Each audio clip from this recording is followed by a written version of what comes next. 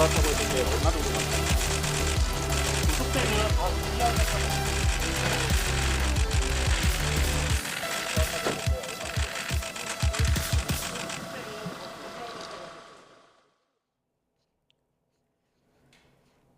네, 공천 개입 의혹을 수사하는 검찰이 오늘 핵심 인물인 명태균 씨와 김영선 전 의원을 구속 상태로 재판에 넘길 예정입니다.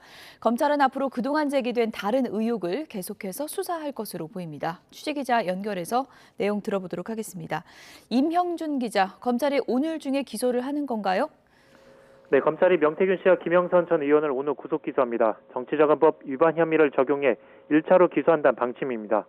두 사람은 지난 2022년 8월부터 3달 동안 16차례에 걸쳐서 7,600여만 원을 주고받은 혐의를 받습니다.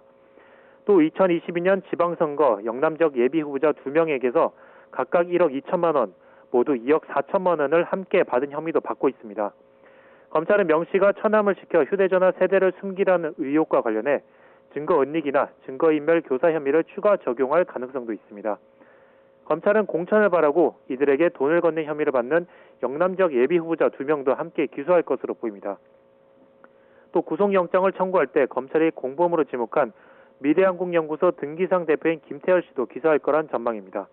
검찰은 앞으로 창원 제2국가산업단지 부지 선정 개입 의혹 등 그동안 제기된 의혹 수사를 본격적으로 규명해 나갈 것으로 보입니다. 지금까지 경남치례본부에서 YTN 임영준입니다.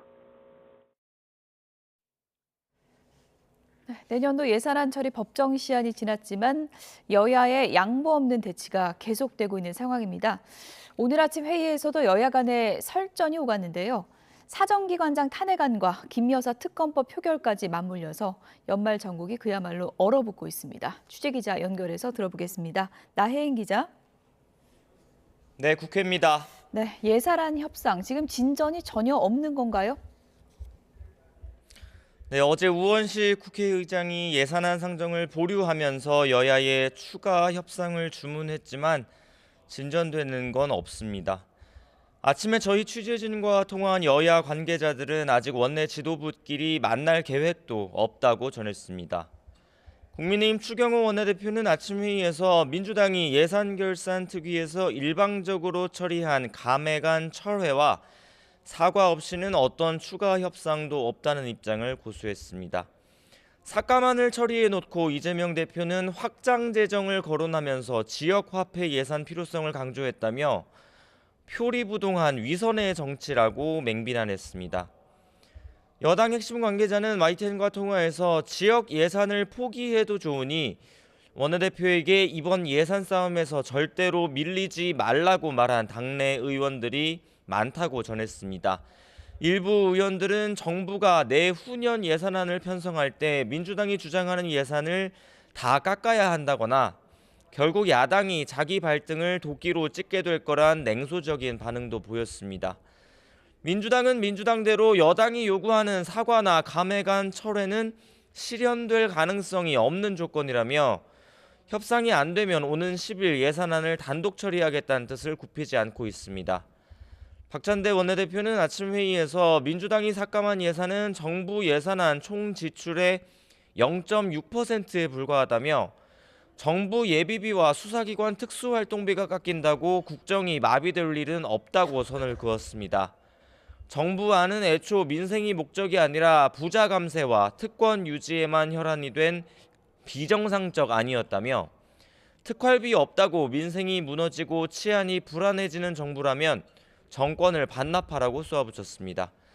민주당 내부에선 국회의장이 협상 시한으로 제시한 10일까지 예산 추가 삭감도 할 수 있다고 으름장을 놓으면서도 민생 예산 증액 협상 여지는 열어두는 분위기도 감지됩니다. 네, 그야말로 극한 대립의 상황인데 내일 감사원장과 서울중앙지검장 탄핵안은 그대로 표결이 되는 건가요? 네, 국민의힘이 강하게 반발하고 있지만 현실적으로 막을 방법이 마땅치 않아 보입니다. 국회법에 따라 본회의에 보고된 탄핵안은 72시간 안에 표결하지 않으면 폐기되기 때문에 내일 본회의에 그대로 상정될 것으로 보입니다. 여당은 이번 탄핵이 전 정권을 감사하고 야당 대표를 수사했다는 이유로 진행되는 치졸한 정치 보복이라며 내일 대규모 규탄 대회를 예고했습니다. 반면 민주당은 국회의 정당한 권한에 집단 반발하는 검찰 태도를 좌시하지 않겠다며 현재 법제사법위원회에서 이들에 대한 감사를 요구하는 안건을 심의하고 있습니다. 네, 민주당에서 오늘 명태균 씨 추가 녹취를 공개했던데 이번엔 어떤 내용입니까? 네, 오늘 공개된 녹취 핵심 내용은 공천 거래 의혹입니다. 2년 전에 대구 달성군수 선거 출마를 준비했던 예비 후보가 지난 2018년 지방선거 때 현재 국민의힘 원내대표인 추경호 의원에게 거액을 건네고 공천을 받았다고 명태균 씨가 김태열 전 미래한국연구소 소장과 대화하는 내용입니다. 해당 후보자는 당시 공천을 받았지만 낙선했는데 민주당은 녹취 내용이 사실인지 실제 돈 거래가 있었는지 수사가 필요하다고 주장했습니다. 이에 추경호 원내대표는 터무니없는 엉터리 가짜뉴스라고 강하게 반박했습니다. 국회에서 기자들이 묻자 명 씨 측이 언론을 통해서 거짓이라는 입장을 밝혔는데도 보도가 나와 유감이라며 의혹을 확대 재생산하면 법적 대응하겠다고 경고했습니다. 또 자신의 재산은 과거 경제부총리 청문회 과정에서 모두 소명했고 명태균 씨도 최근 각종 의혹이 불거지면서 처음 알게 됐다고 강조했습니다. 민주당 내부에선 예산안 처리 또 사정기관장 탄핵소추와 맞물려서 오는 10일에 예정된 김건희 여사 특검법 재표결 일정을 조금 더 미루는 방안도 거론됩니다. 다만 비공개 회의에서는 원내 지도부가 낭설이라며 재표결 연기에 선을 그은 것으로 전해졌습니다. 국민의힘은 표결을 언제 하든 특검법이 통과될 일은 없다며 단일 대우를 자신하고 있지만 한동훈 대표 측 일부 인사들은 명확한 입장을 밝히지 않고 모호한 태도를 유지하고 있습니다. 장동혁 최고위원은 아침 MBC 라디오 인터뷰에서 명태균 씨를 겨냥한 검찰의 수사 상황을 지켜볼 필요가 있다고 말했습니다. 지금까지 국회에서 YTN 나혜인입니다. 미국 정부가 인공지능 개발의 핵심 부품 HBM의 중국 수출을 통제했습니다. 삼성과 SK가 사실상 세계 시장을 양분하고 있는 첨단 반도체여서 우리 기업에도 타격이 있을지 우려됩니다. 워싱턴에서 권준기 특파원입니다. 바이든 행정부 들어 세 번째이자 마지막이 될 대중국 반도체 규제안에는 고대역폭 메모리 HBM이 수출 통제 대상에 포함됐습니다. 최근 중국이 집중하고 있는 인공지능 반도체 개발을 막기 위한 조치입니다. D램을 수직으로 쌓아올린 고성능 메모리로 AI 개발에 필수적인 HBM은 삼성전자와 SK하이닉스, 미국 기업인 마이크론이 세계 시장을 장악하고 있습니다. 상무부는 미국 밖에서 생산된 반도체라도 미국 장비와 기술이 사용되면 규제를 적용하기로 해 삼성전자와 SK하이닉스가 만드는 HBM도 수출 통제 대상에 포함됩니다. 그나마 SK하이닉스가 생산하는 HBM은 전량 미국으로 수출돼 큰 영향이 없지만 삼성전자는 HBM 매출의 30%가 중국에서 나오는 것으로 알려져 피해가 불가피할 전망입니다. 바이든 행정부는 반도체 수출 통제 등 대중국 강경 정책이 트럼프 2기 정부에서도 이어질 것으로 내다보고 있습니다. The protections of our advanced technologies, these are things we're going to advocate continue because we think that they are not political issues. 이번 수출 통제안에는 일본과 네덜란드는 적용 대상에서 빠졌습니다. 자체적으로 미국과 비슷한 수준의 수출 통제 정책을 실시하고 있다는 게 이유입니다. 중국 정부는 바이든 행정부의 마지막 반도체 규제안에 강력 반발했습니다. 136개 중국 기업을 수출 통제 명단에 넣고 중국과 제3국 간 무역에 간섭하는 건 경제적 강압 행위이자 비시장적 방법이라는 겁니다. 또 글로벌 공급망의 안정성을 심각하게 위협할 거라며 필요한 조처에 나서겠다고 경고했습니다. 워싱턴에서 YTN 권준기입니다.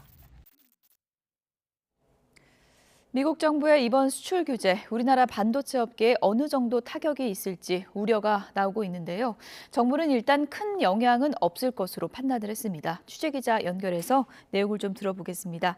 박기환 기자, 우리 정부의 입장부터 정리를 좀 해볼까요? 네, 결론부터 말씀드리면 우리 정부는 미국의 이번 대중국 수출 통제 조치가 이 국내 업계에 미칠 영향은 적을 것으로 판단했습니다. 미국 기업의 소프트웨어나 기술을 사용해 HBM을 생산하는 우리 기업의 경우 이번 수출 통제의 대상이 되는 건 맞습니다. 다만 미국이 허용하는 방식으로 수출을 전환하면 그 영향을 최소화할 수 있다는 설명입니다.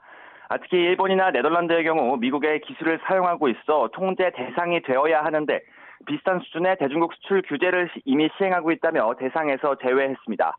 우리 정부도 이와 관련해 그동안 미국과 긴밀한 협의를 진행해왔다면서 양국 기업이 예상치 못한 피해를 보지 않도록 두 나라가 함께 노력하기로 했다고 설명했습니다. 이와 별개로 반도체 장비에 대해서도 대중국 수출 통제 대상이 확대됐는데 우리 정부는 여기에 해당하는 우리 국내 기업은 소수에 불과하다고 판단했습니다. 문제는 우리 기업들이죠. 삼성전자와 SK하이닉스 상황은 어떻습니까? 네, 세계 메모리 반도체 시장을 선도하고 있는 SK하이닉스와 삼성전자에 영향이 없다고 보기는 어렵습니다. 다만 대중국 판매 비중이 이미 높지 않은 상황이라서 영향 자체는 제한적인데요.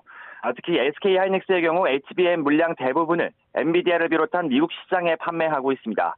미국 수요를 충당하기에도 이미 버거울 정도인데요. 반면 삼성전자의 경우 HBM2 등 일부 저사양 HBM을 중국에 판매해왔습니다.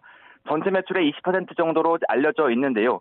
다만 예고한 대로 4분기 안에 엔비디아 품질 테스트를 통과한다면 미국으로의 매출이 증가하면서 수출 통제 영향도 충분히 극복할 수 있을 것으로 보입니다. 오히려 바짝 뒤쫓고 있는 중국 업체들이 반도체 장비를 수급받지 못하면서 우리 기업들이 초격차를 유지하는 데 유리할 수 있다는 전망까지 나오고 있습니다. 오늘 오전 11시 반 기준으로 SK하이닉스는 전날보다 1.8% 이상, 삼성전자는 0.7% 이상 오른 가격에 거래되고 있습니다. 지금까지 YTN 박견입니다.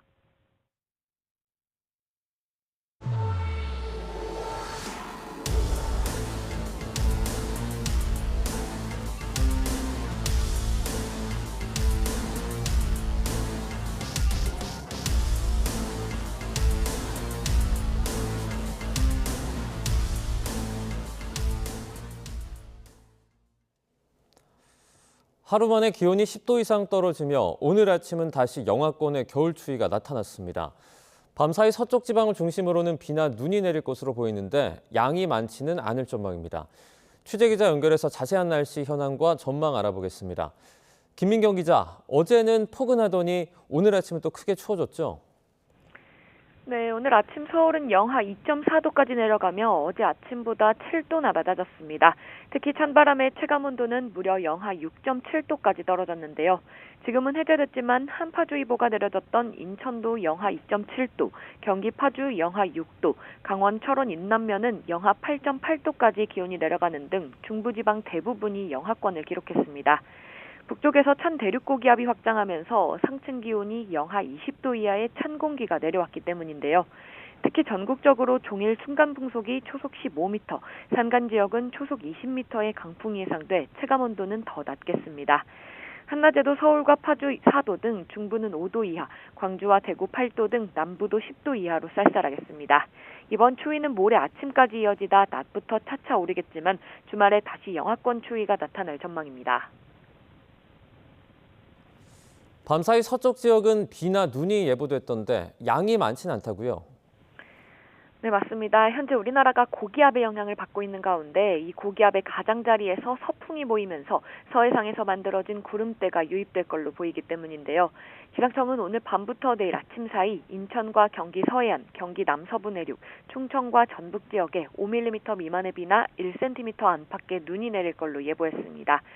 양은 많지 않겠지만 바람이 무척 강한 데다 밤사이 기온이 낮아지면서 곳곳에 빙판길과 도로 살얼음이 나타날 가능성이 있어 특히 주의가 필요합니다. 비나 눈은 모레 오전부터 오후 사이 경기 남부와 충청, 강원 영서에 또 한 차례 내릴 걸로 예상되는데요. 모레도 양이 비는 5mm 미만, 눈은 1에서 3cm가량으로 많지는 않을 전망입니다. 지금까지 과학기상부에서 YTN 김민경입니다. 동덕여대가 본관점거 해제를 위해 학교가 남녀공학 전환 추진을 사과하라는 총학생회 요구에 대해서 어처구니 없다며 일축했습니다. 학교 측은 수십억에 달할 것으로 보이는 복구 비용도 학생들에게 청구하는 방안을 검토하는 가운데 양측의 대치가 장기화할 가능성도 있어 보입니다. 이현정 기자의 보도입니다. 무엇을 사과하라는 건지 알 수 없다. 동덕여대가 본관 점거 해제 조건으로 남녀공학 전환 추진을 사과하라는 총학생회 측의 요구를 일축했습니다. 학교 측은 입장문을 내고 반대 의사를 폭력으로 행사한 당사자가 대학에 사과를 요구하는 어처구니 없는 상황이라며 강경한 입장을 밝혔습니다. 또 수업 거부 학생들의 출결 기록을 정상화해달라는 학생회 측 요구에 대해서도 학점과 직접적으로 연계되는 만큼 출결 처리는 객관적이고 엄격해야 한다며 거부 의사를 분명히 했습니다.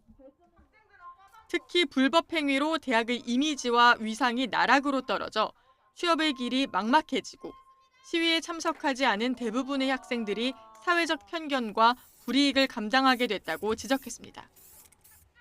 그러면서 총학생회를 비롯한 주동학생들에게 책임을 엄격하게 묻겠다며 점거가 길어질수록 책임이 무거워질 거라고 경고했습니다. 앞서 학교 측은 총학생회장 등 시위를 주도한 학생들을 공동 재물손괴 등의 혐의로 경찰에 고소하고 본관 점거로 입시와 학사 행정에 차질이 생겼다며 법원에 퇴거 단행과 업무방해 금지 가처분을 신청했습니다. 그러자 총학생회는 학교가 남녀공학 전환 추진을 사과하고 민주적인 의사결정을 실현하면 본관 점거 해제를 검토할 의사가 있다고 밝혔는데 학교 측이 받아들이지 않은 겁니다. 학교 측은 이뿐 아니라 레커칠 등으로 훼손된 학교 시설을 복구하는 데 최대 54억이 들 것으로 추정된다며 경찰 수사 결과에 따라 학생들을 상대로 손해배상 청구까지 검토할 수 있다고 밝혔습니다. 또 건물 보수와 청소, 취업 박람회 무산으로 인한 손해 등을 합산하면 피해 금액은 더 커질 수도 있다고 내다봤습니다. 학교 측의 고소장을 접수한 경찰은 피고소인 21명 가운데 19명의 인적사항을 특정하고 외부 세력 개입 여부도 들여다볼 예정이라고 밝혔습니다. 경찰 수사가 진행 중인 가운데 민사소송 가능성까지 동덕여대와 학생회 측 강대강 대치가 이어지고 있습니다. YTN 이현정입니다. 서울 광진경찰서는 SNS 등을 통해 의사 실기시험 문제를 유출한 혐의로 의사 6명을 검찰에 넘겼습니다. 이들은 지난해 의사 실기시험을 먼저 본 경상대 의대생들이 보고 난 문제를 취합해 아직 시험을 치르지 않은 학생들에게 유출한 혐의를 받고 있습니다. 경찰은 문제를 사전에 받아본 혐의를 받는 부산, 울산, 경북 지역 의대 출신 신규 의사 400여 명을 대상으로도 수사를 진행하고 있습니다. 네, 조금 전에 들어온 속보 전해드리겠습니다. 국회 법사위 전체 회의에서 이 검사 탄핵 추진에 집단 반발한 검사들에 대한 감사원의 감사 요구안을 의결했다라는 속보가 들어왔습니다. 네, 다시 한번 전해드리겠습니다. 국회 법사위 전체 회의에서 검사 탄핵 추진에 집단 반발한 이 검사들에 대한 감사원의 감사 요구안이 의결됐다라는 이 소식이 들어와 있는데요. 국회 법제사법위원회는 3일, 그러니까 오늘 야당의 검사 탄핵 추진에 반발해서 서울중앙지검 부장검사 등이 집단 성명을 발표한 것과 관련해 검사들의 정치적인 중립 위반 의혹에 대한 감사원 감사를 요구하는 안을 의결했다라는 소식입니다. 이 감사 요구안은 내일 열리는 본회의에서 처리될 것으로 보이는데요. 추가적인 내용은 다음 이어지는 뉴스에서 전해드리도록 하겠습니다. 고속도로를 달리던 이삿짐 트럭에서 불이 나면서 한때 일대에 심한 정체가 빚어졌습니다. 지난달 큰 불이 나 50여 명이 구조됐던 경기 안산시 상가 건물에선 2주 만에 화재가 또 발생했습니다. 박정현 기자입니다. 고속도로 한복판에 새까맣게 탄 트럭 한 대가 서 있습니다. 화물칸은 아예 형태를 알아볼 수 없을 정도로 녹아내렸습니다. 수도권 제1순환고속도로 노고산 터널 인근에 달리던 이삿짐 트럭이 불길에 휩싸인 건 어젯밤 10시쯤입니다. 연기를 발견한 차주 등 4명이 대피하며 인명피해는 없었습니다. 불은 트럭을 모두 태우고 1시간 만에 꺼졌는데 화재 진압을 위해 한때 일부 차선이 통제되며 일대 극심한 정체가 빚어졌습니다. 정체 시간이 대략 한 35분가량 그 자리에 앉아 있었습니다. 그 자리에 마치 그 주차장처럼요. 경찰과 소방당국은 엔진 과열 문제로 추정하고 있습니다. 희뿌연 연기가 피어오르는 집 안으로 소방대원들이 들어갑니다. 지붕은 화염에 폭삭 무너져 내렸고 내부는 온통 잿더미로 변했습니다. 어제 오후 4시 20분쯤 충북 충주시의 한 단독주택에서 불이 났습니다.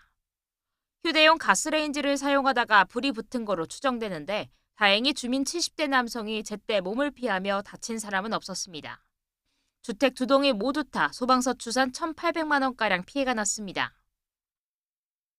어제 오후 4시쯤엔 강원도 행성군 국도에서 중앙선을 넘어 달리던 승합차가 맞은편에서 달리던 승용차와 충돌해 2명이 숨지고 1명이 크게 다쳤습니다. 어제 저녁 7시쯤 경기 안산시 상가 건물에서 불이 났습니다. 해당 건물 1층 식당에선 지난달 17일에도 화재가 발생해 50여 명이 구조됐습니다. 불과 2주 만에 다시 불이 난 건데 소방 관계자는 발화점이 건물 외벽 간판 전선으로 추정되며 지난 화재와는 무관해 보인다고 설명했습니다. YTN 박정현입니다. 오늘 새벽 0시 45분쯤 인천 강화군 하전면에 있는 돼지 농장에서 불이 나 1시간 10분 만에 꺼졌습니다. 이 불로 다친 사람은 없었지만 농장 6개 동 가운데 2개 동이 타면서 돼지 260여 마리가 폐사했습니다.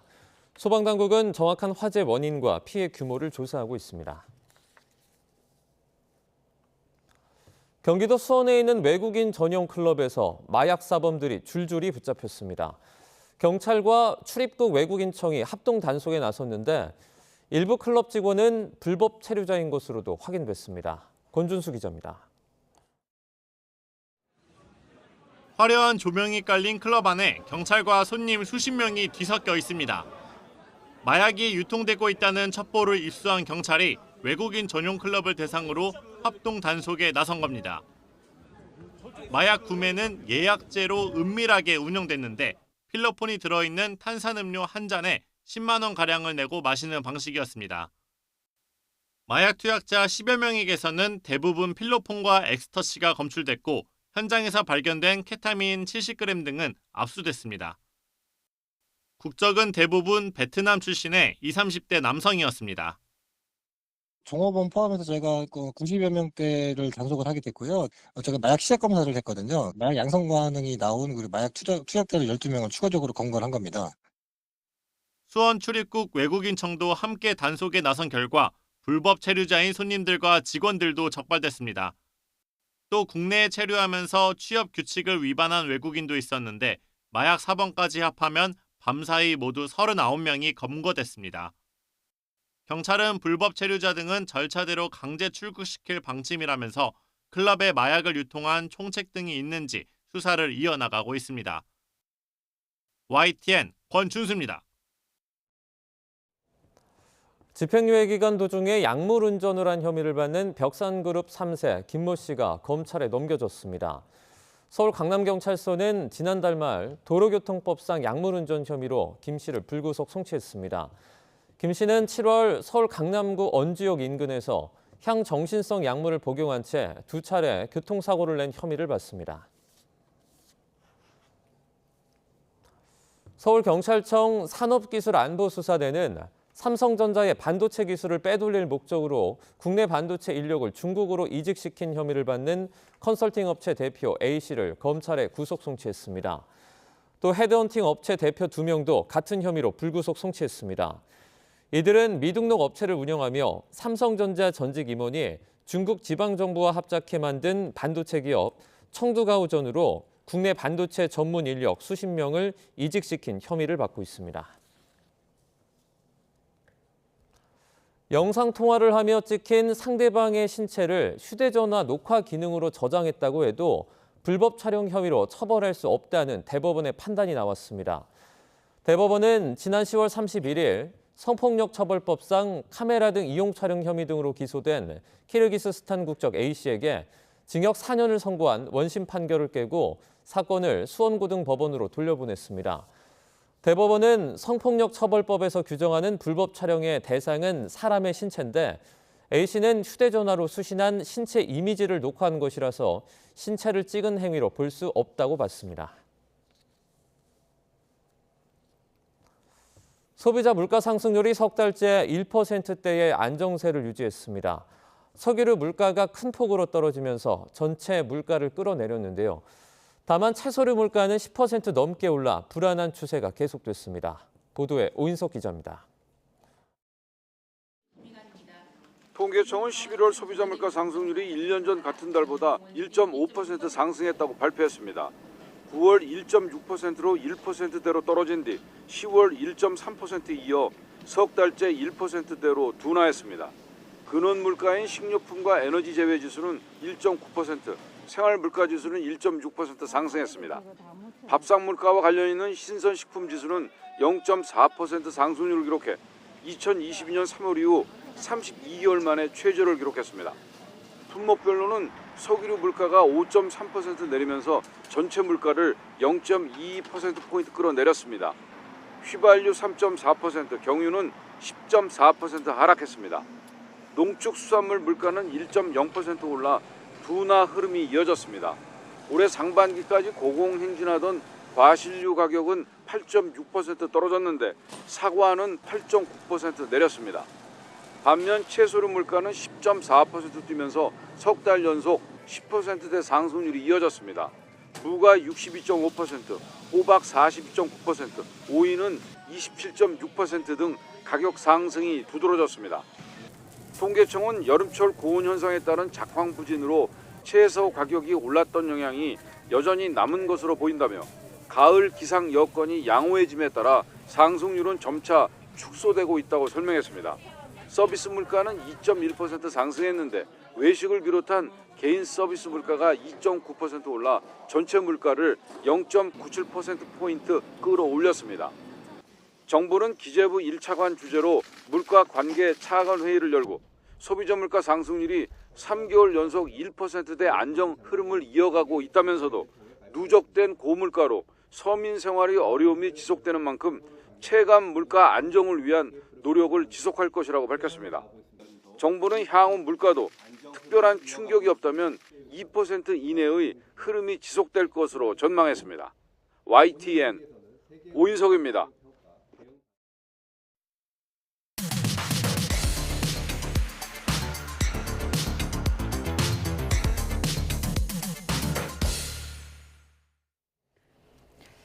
각이 살아있는 정치평론 시사정각 시작하겠습니다. 오늘은 장해찬 전 국민의힘 최고위원, 김상일 시사평론가 두 분 모셨습니다. 어서 오세요. 안녕하세요. 네. 먼저 첫 번째 키워드 내용 확인해 보도록 하겠습니다.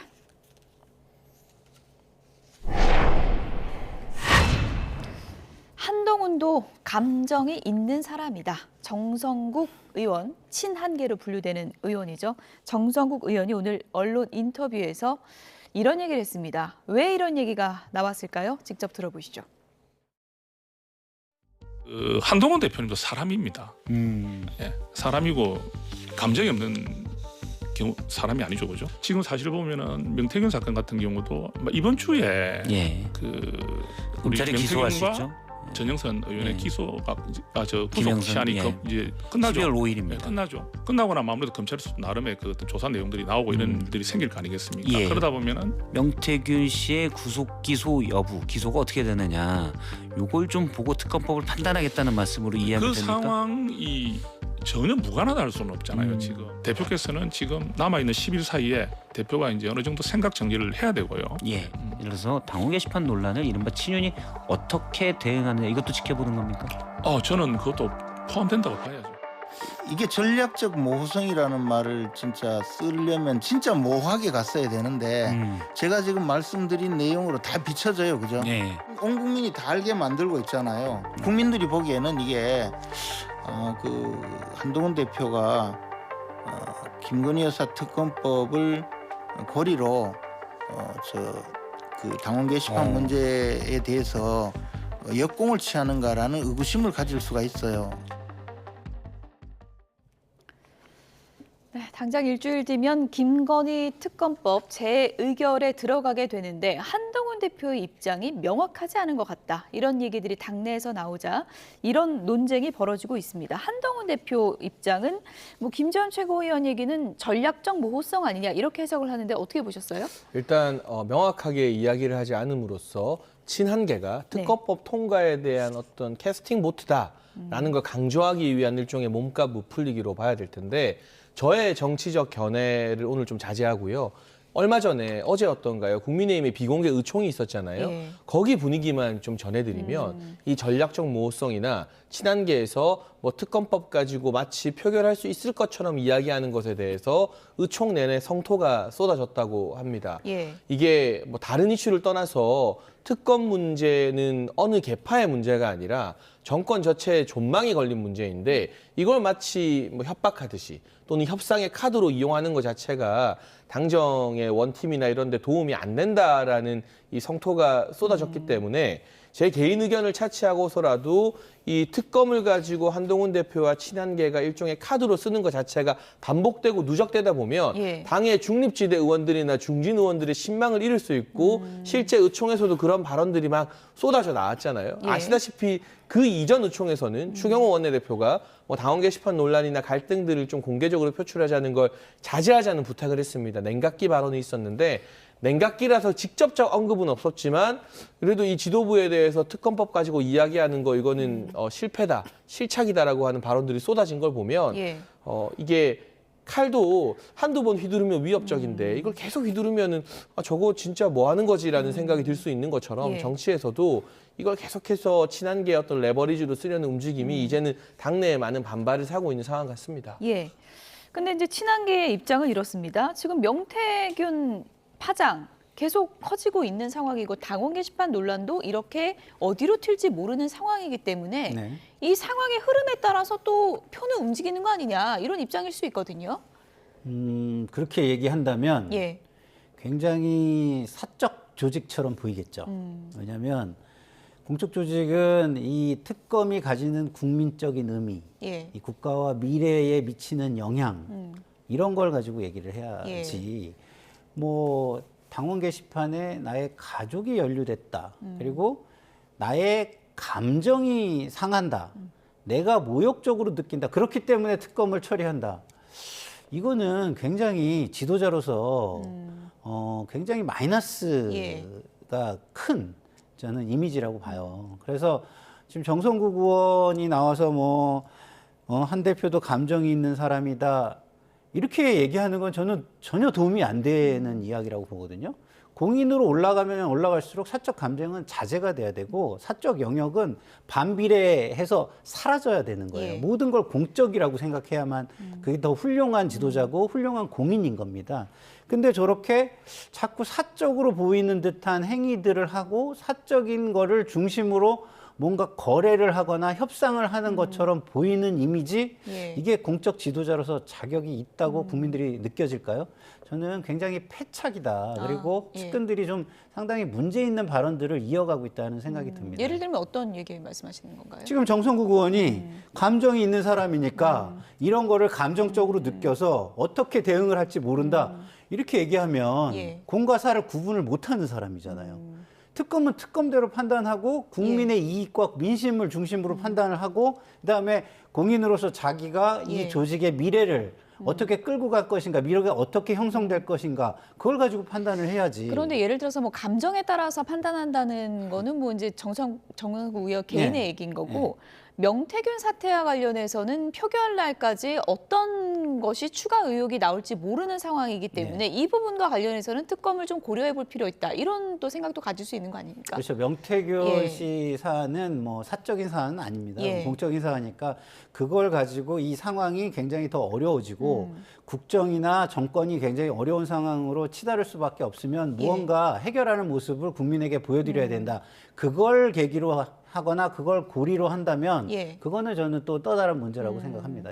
지금 뭐 명태균 씨 오늘 중에 뭐 구속 기소될 것으로 보인다는 게 이제 전해지고 있는 상황인데 국민의힘 내부에서 지금 이 특검의 이제 중요한 한 축이 이제 명태균 씨 의혹이기 때문에 이 부분에 대한 국민적 여론을 고려해야 된다. 이런 여론이 또 확산될 수 있는 거 아닙니까? 근데 명태균 씨가 워낙 많은 허풍을 떨어놓아서요. 저는 이분이 잘못한 것에 대해서는 당연히 응분의 책임을 지고 구속도 된 마당에 기소가 된다면 법적 처벌을 받아야 한다고 생각합니다. 예. 김영선 전 의원도 마찬가지고요. 그런데 지금 드러나는 것을 보면 명태균 씨가 김영선 전 의원과의 관계를 이용해서 창원 지역에서 지역 정치인들에게 금품을 수수하고 뭐 내부 정보 같은 걸 미리 알았다라는 것은 어느 정도 소명이 되는 것 같아요. 하지만 그 외에 뭐 추경호 원내대표를 거론하는 녹취가 나왔다던가 이건 그냥 일방적으로 명태균 씨가 그 지역에 사실 중앙 정치에 전혀 영향력이 없는 분들과 만나서 이 술자리 허풍하듯 늘어놓는 무용담 수준이거든요.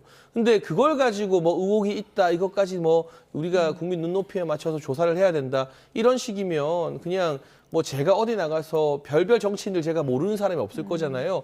이런 말 저런 말 다 하고 다니면 그분들 그러면 다 수사받아야 되나요? 예. 그게 아니잖아요. 좀 명확한 증거나 어느 정도 근거가 있는 사안을 가지고 우리가 진상을 규명하고 실체를 밝혀야 되는 것이지 그냥 명태균 씨가 몇 년에 걸쳐서 허풍 떨면서 지역 유지로 행세해왔던 것들을 다 믿어주기에는 저는 신빙성 없는 녹취록들이 너무나 많다고 생각합니다. 네.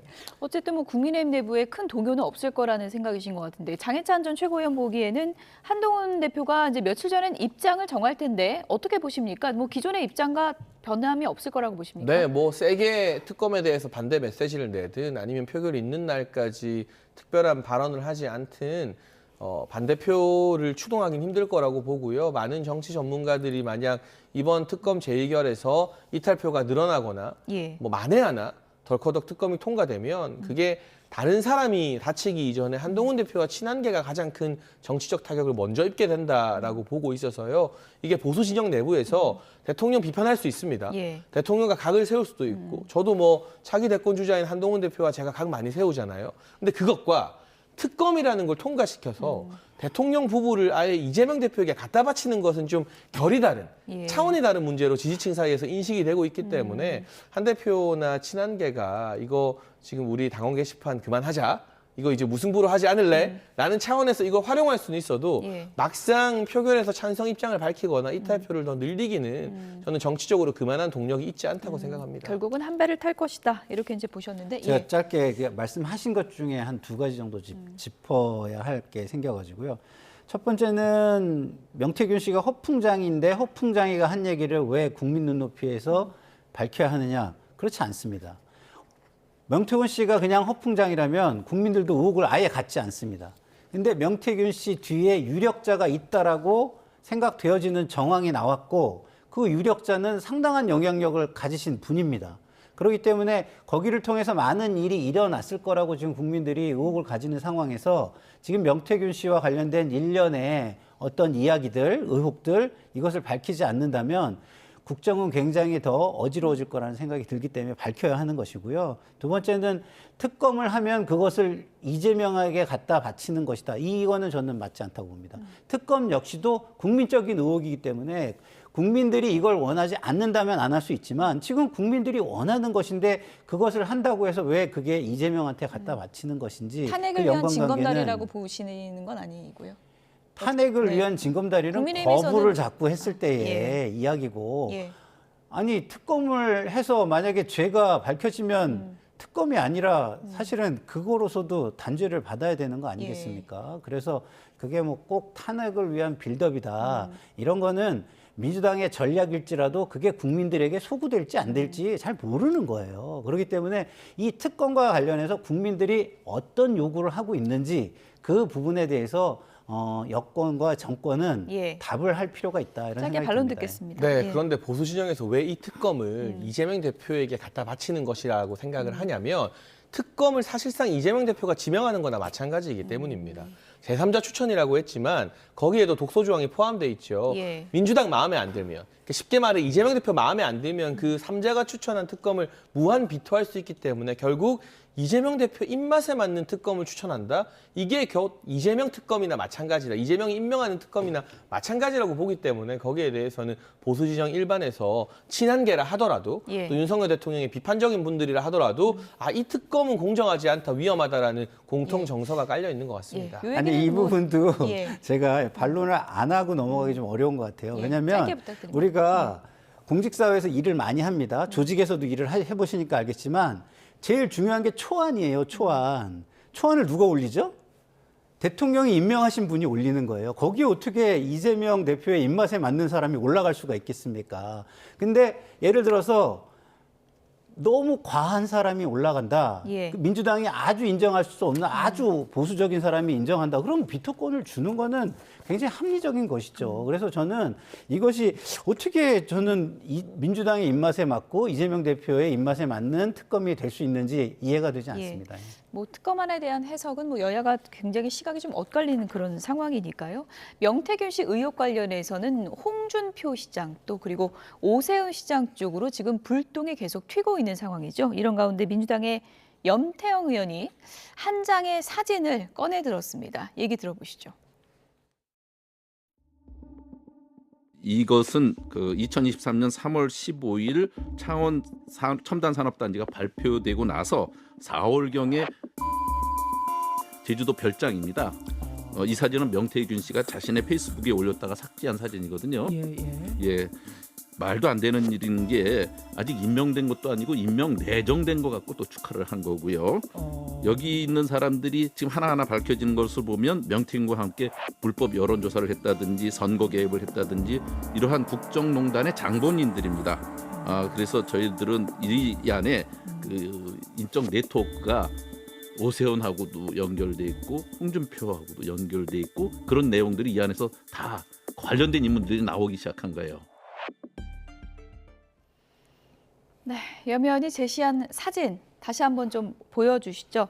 저 사진 안에 어쨌든 뭐 어떻게 만나게 된 모임인지는 저는 자세히 모르겠지만 이 명태균 씨 의혹의 핵심 인물들이 지금 한 자리에 모여 있는 건 맞는 것 같습니다. 명태균 씨, 김영선 전 의원 보이고요. 오세훈 서시장의 여론조사 비용을 대납해 준 것으로 알려진 사업가 김 씨도 있고요. 홍준표 대구시장의 측근으로 명 씨에게 국민의힘 당원 명부를 건네준 것으로 알려진 최모 씨도 저기 한 자리에 있거든요. 네. 저 술자리를 어떻게 봐야 될까요? 그러니까요. 저게 이제 술자리가 굉장히 의혹이 많이 가는 술자리인 거죠. 첫 번째는 김한정 씨입니다. 오세훈 시장의 여론조사를 명태균 씨가 해줬고 그 돈이 대납됐다 뭐 이런 의혹이 있습니다. 근데 그거와 관련된 두 분이 저기 다 앉아 계세요. 명태균 씨와 김한정 씨. 그러면 국민들 입장에서는 두 분이 관계가 있네. 뭐 어떤 관계로 저런 자리까지 만들었지? 이런 의심을 가질 수밖에 없고요.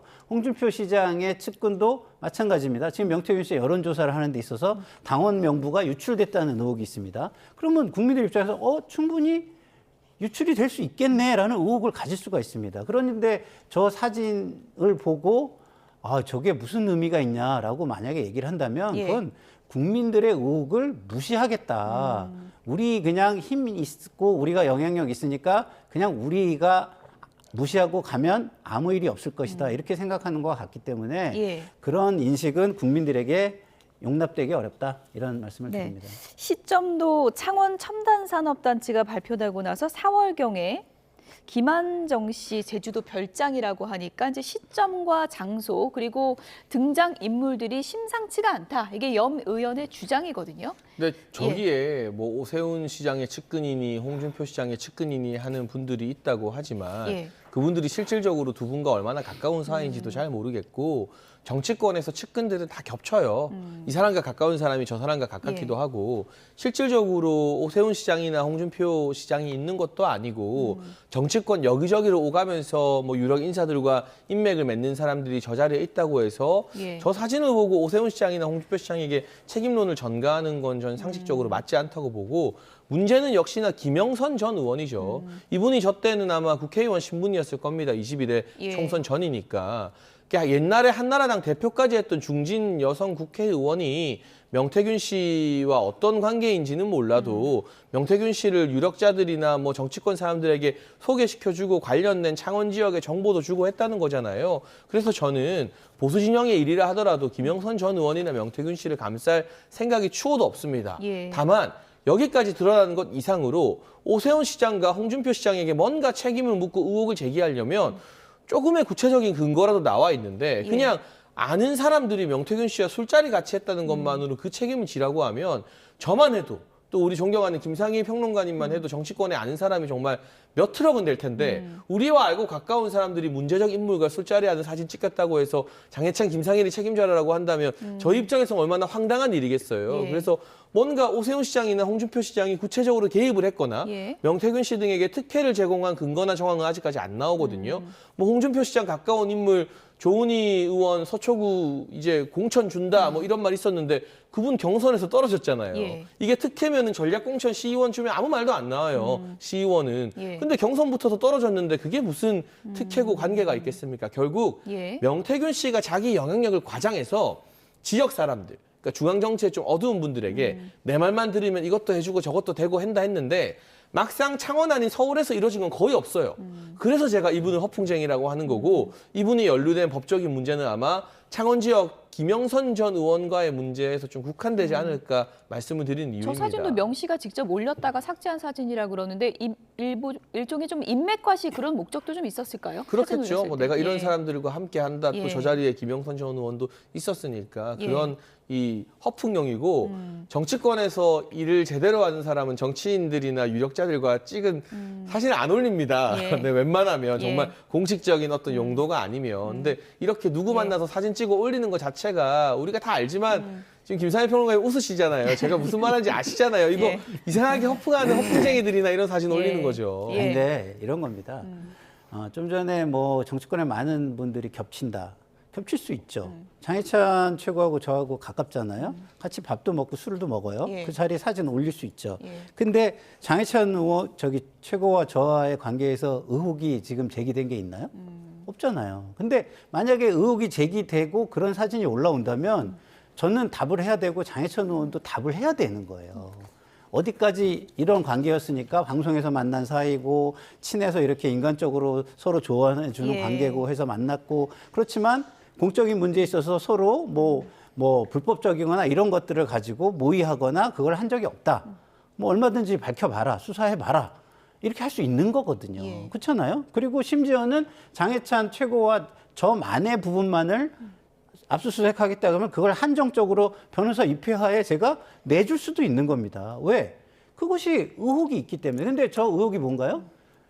불법 여론조사했다는 의혹, 그다음에 명부가 유출됐다는 의혹 분명히 있잖아요. 있으니까 저런 사진에 대해서 이게 그런 것을 뒷받침하는 정황이 되는 것이고 저 사진에 대한 이야기를 무작정 뭐 해명해라 이런 게 아니라 예. 그 의혹에 대해서 해명해라 이런 얘기를 하는 거죠. 예, 지금 뭐 나오고 있는데 홍준표 시장 입장 이렇게 나왔습니다. 명태균과 엮어보려고 온갖 짓을 다 하지만 아무것도 우리와 연결된 건 없을 것이다. 샅샅이 조사를 해보라 이런 입장을 밝혔고요. 서울시 신성종 서울시 대변인 논평으로 입장이 나왔습니다. 정치적 목적을 위해서 허위 사실을 유포해 개인의 명예를 훼손하는 행태는 근절돼야 하고 염희 의원의 발언은 법의 심판대에 오를 것이다. 이런 입장을 밝혔습니다.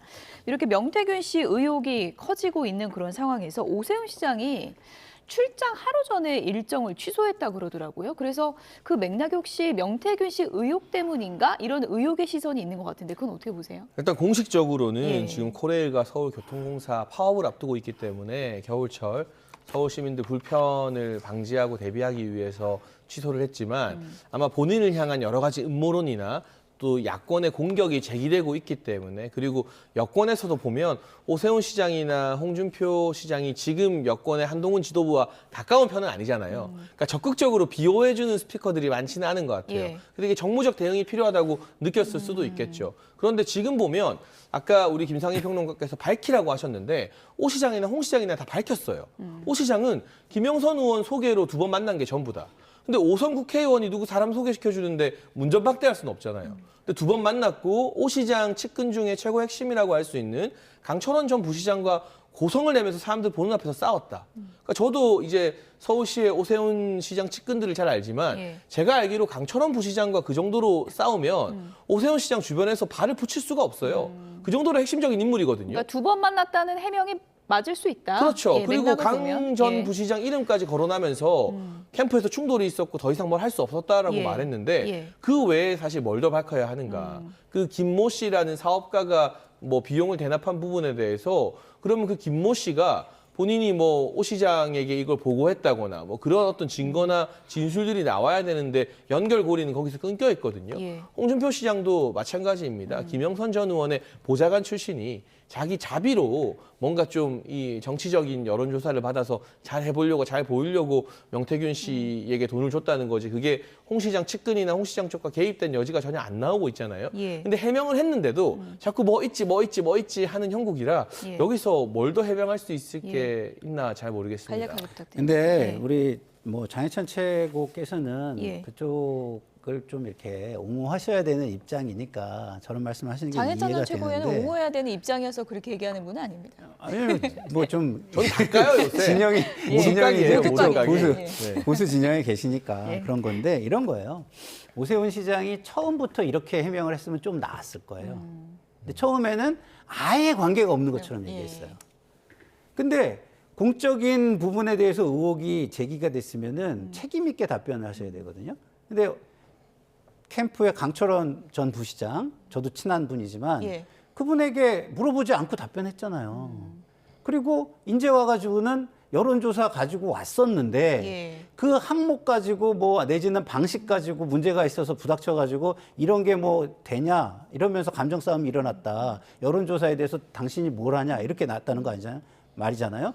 그러면 그 전에는 상당 부분 여론조사를 가지고 무언가를 했다라는 겁니다. 근데 이런 것들을 다 처음부터 끝까지 책임감 있게 해명을 안 하고 그냥 무마하려는 식으로 꼬리를 잘라내듯이 해명을 하니까 아 이건 수사가 필요하겠구나라고 국민들이 생각하는 겁니다. 그 부분을 좀 봐주셨으면 좋겠습니다. 어쨌든 뭐 명태균 씨 오늘 이제 기소될 것으로 지금 보이는 상황인데요. 어쨌든 추가 의혹에 대해서는 수사가 이루어질 테니까 이 부분 진위 여부는 어떻게 드러날지 좀 보겠습니다. 다음 키워드로 넘어가 보겠습니다. 네, 보수의 심장이면 대구죠. 이재명 대표가 TK로 갔습니다. 그러니까 민주당이 한쪽에서는 장외 집회를 격렬하게 이어가면서 다른 한쪽으로는 이재명 대표가 중도층, 보수층을 잡기 위한 행보를 이어가고 있다. 이런 얘기도 나오고 있는데 서문시장은 또 가려다 취소했다고 그런 얘기도 들리더라고요. 일단 최근 예. 이재명 대표의 이 보수를 향한 러브콜은 상당히 영악하고 절묘한 정치행위인 건 맞죠. 지금 보수 진영은 부인할 수 없는 유난 갈등으로 어느 정도 지지세가 모이지 않고 갈라져 있기 때문에 그 빈틈을 공략하는 거죠. 근데 이게 가능한 건 이재명 대표가 진보 진영에서 확실하게 집토끼들을 잡아놨기 때문에 이 본인의 입장에서는 중도나 보수 공략이 가능한 거고요. 지금 보수 진영 내부에서는 보수 전통 지지층의 마음을 확실히 사로잡은 인물이 차기 주자들 중에서는 없기 때문에 이게 중도로 가려고 해도 거기 힘이 안 붙는 거죠. 그 차이가 있습니다. 다만 그럼에도 불구하고 서문시장은 이재명 대표가 방문했을 때 그 시장 상인들이나 시장의 손님들이 환영을 해줄까? 돌발 상황, 예기치 않은 이재명 대표에 대한 비판 이런 것들이 찍히면 우리 또 YTN의 전매 특허 돌발 영상 같은데 그게 나올 수 있잖아요. 그럼 이게 굉장히 불편해지거든요. 예. 얼마 전에 이재명 대표가 이제 사회 각계 인사 만나는데 법륜스님 만났을 때 법륜스님이 민주당한테 쓴소리 했거든요. 그러니까 그 영상이 회자되면서 만났는데 오히려 이재명 대표에게 사실상 좀 마이너스가 되는 효과가 났어요. 예. 그래서 대구를 가는 것까지는 좀 영악하고 정치적으로 제가 이거 고평가하는 겁니다. 예. 점수를 딸 수 있는 행보지만 통제 안 되는 시장에서 서문시장 상인들이나 손님들에게 냉대를 받았을 때 쓴소리 한마디 들었을 때 이게 YTN 돌발 영상에 나오는 게 무서워서 아마 서문시장 일정은 부득이하게 취소할 수밖에 없지 않았나 하는 생각이 듭니다. 예, 거기까지는 발길을 참아 돌리지 못했다라는 얘기인데 민주당이 홍준표 대구시장과 협력을 해서 달빛 내륙 철도법을 통과시킨 바도 있다. 네. 뭐 이런 얘기도 했다고 하거든요. 근데 뭐 얼마 전에 홍준표 시장이 윤석열 대통령이 차라리 민주당과 손잡아라 뭐 이런 말을 해서 또 파장인 적이 있어서 네, 네. 참 공교로운 말인 것 같습니다. 예. 그러니까 저는 정치라는 것은 국민을 위해서는 누구하고도 손을 잡을 수 있어야 된다고 저는 생각을 해요. 그게 국민을 위해서라면. 나를 위해서 손을 못 잡는 거지 국민을 위해서 손 못 잡는 게 아니잖아요. 그리고 지도자라면 나에게 단 이야기를 하는 사람과 쓴 이야기를 하는 사람을 다 포용할 수 있어야 됩니다. 예. 특히 쓴소리를 하는 사람들을 잘 포용하는 모습을 보여줘야 훌륭한 지도자 소리를 듣는 것이죠. 그래서 보수의 뭐 성지로 불리는 대구에 가서 거기서 쓴소리를 진짜 겸손한 자세로 듣는다면 그게 모욕적인 어떤 것이라고 할지라도 그 태도 자체를 가지고 중도층에서는 박수를 보낼 겁니다. 그렇기 때문에 지금 만약에 장해찬 최고위원께서 하신 말씀이 맞으려면 그런 정도의 각오를 하지 않고 갔을 때 문제가 되는 거죠.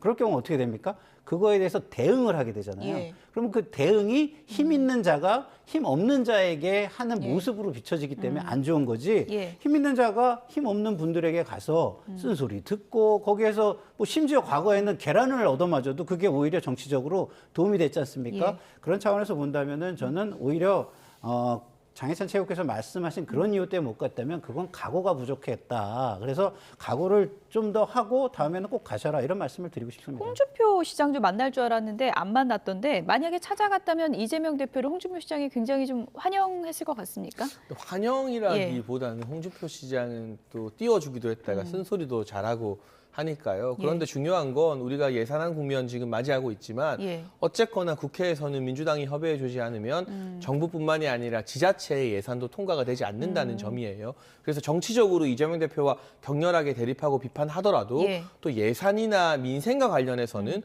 어쨌거나 대화 상대로 인정을 하고 협의를 하기는 해야 되거든요. 그런 차원에서 이철우 경북도지사가 또 이재명 대표를 만나서 대화를 나눈 것이니까요. 저는 어느 순간부터 여야가 너무 대립하다 보니까 대화하고 뒤에서 밥 먹는 것 자체도 금기시되는 건 오히려 정치의 퇴보다. 예전에 국회에서 열심히 싸우더라도 뒤에서 밥도 먹고 사우나 가서 형님 동생 하는 게 그게 나쁜 정치가 아니라 그래야만 물밑 협상도 되고 또 민생을 위해서 서로 예산안에 대해 협조도 되고 하는 거거든요. 그런 정치의 복원이 조금 필요한 계절이 아닌가 싶기도 합니다. 근데 홍 시장이 한동훈 대표는 안 만나지 않았습니까? 그건 이제 같은 보수 진영 내부에서 아마 한동훈 대표가 지금 이제 원내도 아니고 한 대표 스스로 대구 시정에 뭔가 도움을 줄 건 없으니 홍 시장 입장에서는 아마도 차기를 바라보고 좀 견제하고 경쟁하는 그런 시각도 있는 것 같고요. 홍 시장의 지금 정치적 베이스는 대구잖아요. 근데 대구 경북의 전통 지지층이 봤을 때는 문재인 정부 때가 화양연화였다 하는 한동훈 대표와는 조금 각을 세우는 게 본인이 대구에서 정치하고 시정을 이끄는데 마이너스가 안 된다라는 판단을 내린 것 같아요. 이재명 대표가 TK 찾아서 확장 재정 얘기를 했는데 지금 뭐 여의도는 여야가 예산 전쟁을 벌이고 있는 상황입니다. 어떤 얘기들이 나오고 있는지 먼저 들어보시죠. 윤석열 대통령 국민께 제대로 사과를 했나요? 지금 추경호 대표뿐만 아니라 정부 여당이 지금 이렇게 나라를 엉망으로 만들어놨는데 사과를 했습니까? 이거 윤석열 대통령 이제 시정 연설을 통해서 내년도 예산안에 대한 컨셉을 얘기를 해줘야 되는 거잖아요. 그렇잖아요. 그럼 이 정부가 지금 예산안에 대해서 누가 설명을 제대로 했습니까? 야당이 얘기했던 권력기관의 이 특활비 문제라든가 이런 것들에 대해서 소명이 제대로 됐는지 설명하는 자리가 있었습니까? 당초 예산안을 정부 예산안을 긴축 예산이라고 비난하더니 정부 예산안에 4조 원을 추가 삭감해 더 긴축적으로 만들어 처리해 놓고는 어제 대구에 가서는 다시 확장 재정이 필요하다고 뻔뻔스럽게 앞뒤가 전혀 맞지 않는 모렴치 연기를 했습니다. 국민을 우롱해도 정도가 있지 이쯤 되면 대국민 사기극입니다. 이 대표와 민주당의 거짓과 위선의 정치에 어안이 벙벙할 따름입니다. 이재명 대표와 민주당은 삭감 예산 날치기 처리에 대해 대국민 사죄를 하십시오. 그리고 일방적으로 날치기 처리한 감액 예산안을 철회하십시오. 민주당에서는 대통령이 시정연설하러 국회도 안 와서 설명도 안 해놓고 뭐 이제 와서 그런 소리를 하냐, 사과부터 해라 이런 입장이거든요. 그러니까 사실 저 개인적으로는 민주당이 예를 들면 대통령을 모욕하더라도 대통령께서 국회 나와서 시정연설을 했으면 더 좋았겠다. 라는 의견이 있습니다. 그런 의견을 제가 물밑으로 전달하기도 했고요. 하지만 민주당도 생각해봐야 될 게 과거 그 이전에 대통령께서 시정연설하러 국회에 오셨을 때 뭐 김용민 의원 같은 사람들이 어떻게 했습니까? 대통령과 악수 나누고서는 본인의 SNS에 내가 대통령 물러나라고 했다. 막 이걸 자랑하듯이 글을 올렸잖아요. 아무리 그래도 행정부 수반으로서 예산 설명하러 국회에 왔는데 그 대통령 앞에서 피켓 시위를 하거나 또는 뭐 대통령에게 물러나라고 했다라는 걸 자랑스럽게 민주당 의원들이 전시하듯 대통령을 모욕했기 때문에 그 부분에 있어서는 민주당도 시정연설 안 한 대통령 책임으로만 100% 돌리기에는 저는 무리가 있다고 보고요. 이 예산은 어쨌든 국회가 국민들에게 내년도 살림살이 어떻게 할지 정부와 협의해서 정하는 1년 내 가장 중요한 일입니다. 그런데 그 어떤 경우에도 야당이 감액할 테니까 우리가 협상하자 한 적은 있어도 우리가 감액한 걸 그냥 통과시키겠다 한 적은 제가 알기로 국회 역사상 전례를 찾아보기 힘들거든요. 그리고 이건 야당 의원들의 지역구의 중요한 예산에도 상당히 마이너스, 부정적인 영향을 끼치는 일입니다. 예. 그래서 자존심 부릴 일이 아니라 우원식 의장이 10일까지 기한을 주고 이걸 본회의에 올리지 않았잖아요. 예. 그러니까 지금은 양당의 원내대표가 조금 서로의 정치적 입지나 자존심을 내려놓고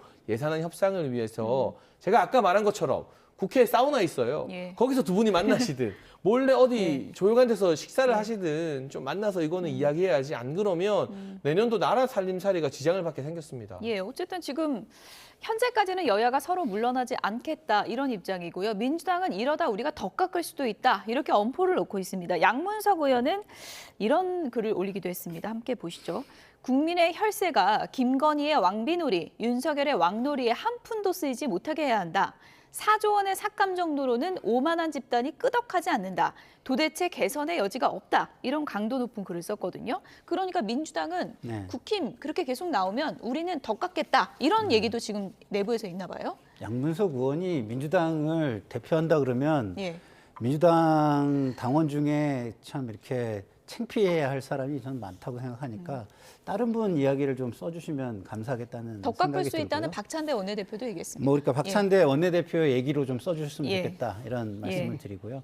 더 깎을 수 있죠. 근데 더 깎으려면 합리적인 이유가 존재해야 국민에게 박수를 받는 겁니다. 그래서 저는 지금 민주당이 예산을 깎는 부분은 저는 뭐 방향은 당연히 맞다고 생각해요. 왜냐하면 국민의 세금인데 그걸 소명하지 않고 쓰겠다고 하는 게 말이 됩니까? 예를 들어서 소명하는 방식은 여러 가지가 있습니다. 공개적인 소명이 있을 수 있고 비공개 소명도 있을 수 있습니다. 비공개 소명이라는 거 어떻게 합니까? 뭐 결산위원이나 뭐 이런 예결위원 중에서 한두 명 지명해가지고 들어가가지고 집중 검증을 해보거나 이런 것도 가능한 거예요. 그리고 그걸 나가가지고 발설하지 않는다는 각서를 쓰고 들어갈 수도 있습니다. 방법은 여러 가지가 있는데 그런 것들을 제시해보지도 않고 설명할 노력을 안 하고 숨기려고 하는 것은 당연히 감액 사유가 저는 된다고 보는데요. 문제는 그 같은 맞는 방향을 가면서도 국민에게 동의를 얻으면서 가느냐 박수를 받으면서 가느냐는 별개의 문제라는 겁니다. 지금 제가 볼 때는 한 30% 이 정도 깎았다면 저는 국민들한테 박수 받았을 것 같아요. 근데 전액을 삭감하면은 그걸 좀 국민들이 볼 때는 감정적으로 보이지 않겠습니까? 지금 양문석 의원의 이 얘기도 굉장히 너무나 사적 감정이 너무 많이 들어간 마치 권력이 자기 거인 양 내가 이 권력을 써서 널 어떻게 할 수 있어라고 얘기하는 것처럼 들리잖아요. 이 사적 보복처럼 보이거든요. 이렇게 하면은. 그렇게 정치를 하는 분들은 정치하시면 안 된다. 저는 말씀을 드리고 싶습니다. 뭐 여야의 지금 예산안 싸움을 지금 뭐 경기도 상당히 안 좋은데 국민들이 바라보는 시선이 곱지 않을 건 분명해 보이는데요. 이런 상황에서 윤석열 대통령이 이곳에 갔습니다. 마지막 키워드 보여주시죠. 네, 충남 공주시장에 간 윤석열 대통령 DJ로 변신했는데요. 여러분 좀 믿으시죠? 이런 얘기를 했다고 합니다. 어떤 얘기를 했는지 내용 들어보시죠. 여러분들 많이 힘드시죠? 정부도 노력을 하고 있습니다만은 하여튼 그렇게 시간이 좀 많이 걸립니다. 저희들을 믿고 여러분들 용기 잃지 마시고 힘내주시기 바랍니다. 대통령으로서 아주 열심히 일하겠습니다. 여러분들 저 믿으시죠? 네, 믿습니다.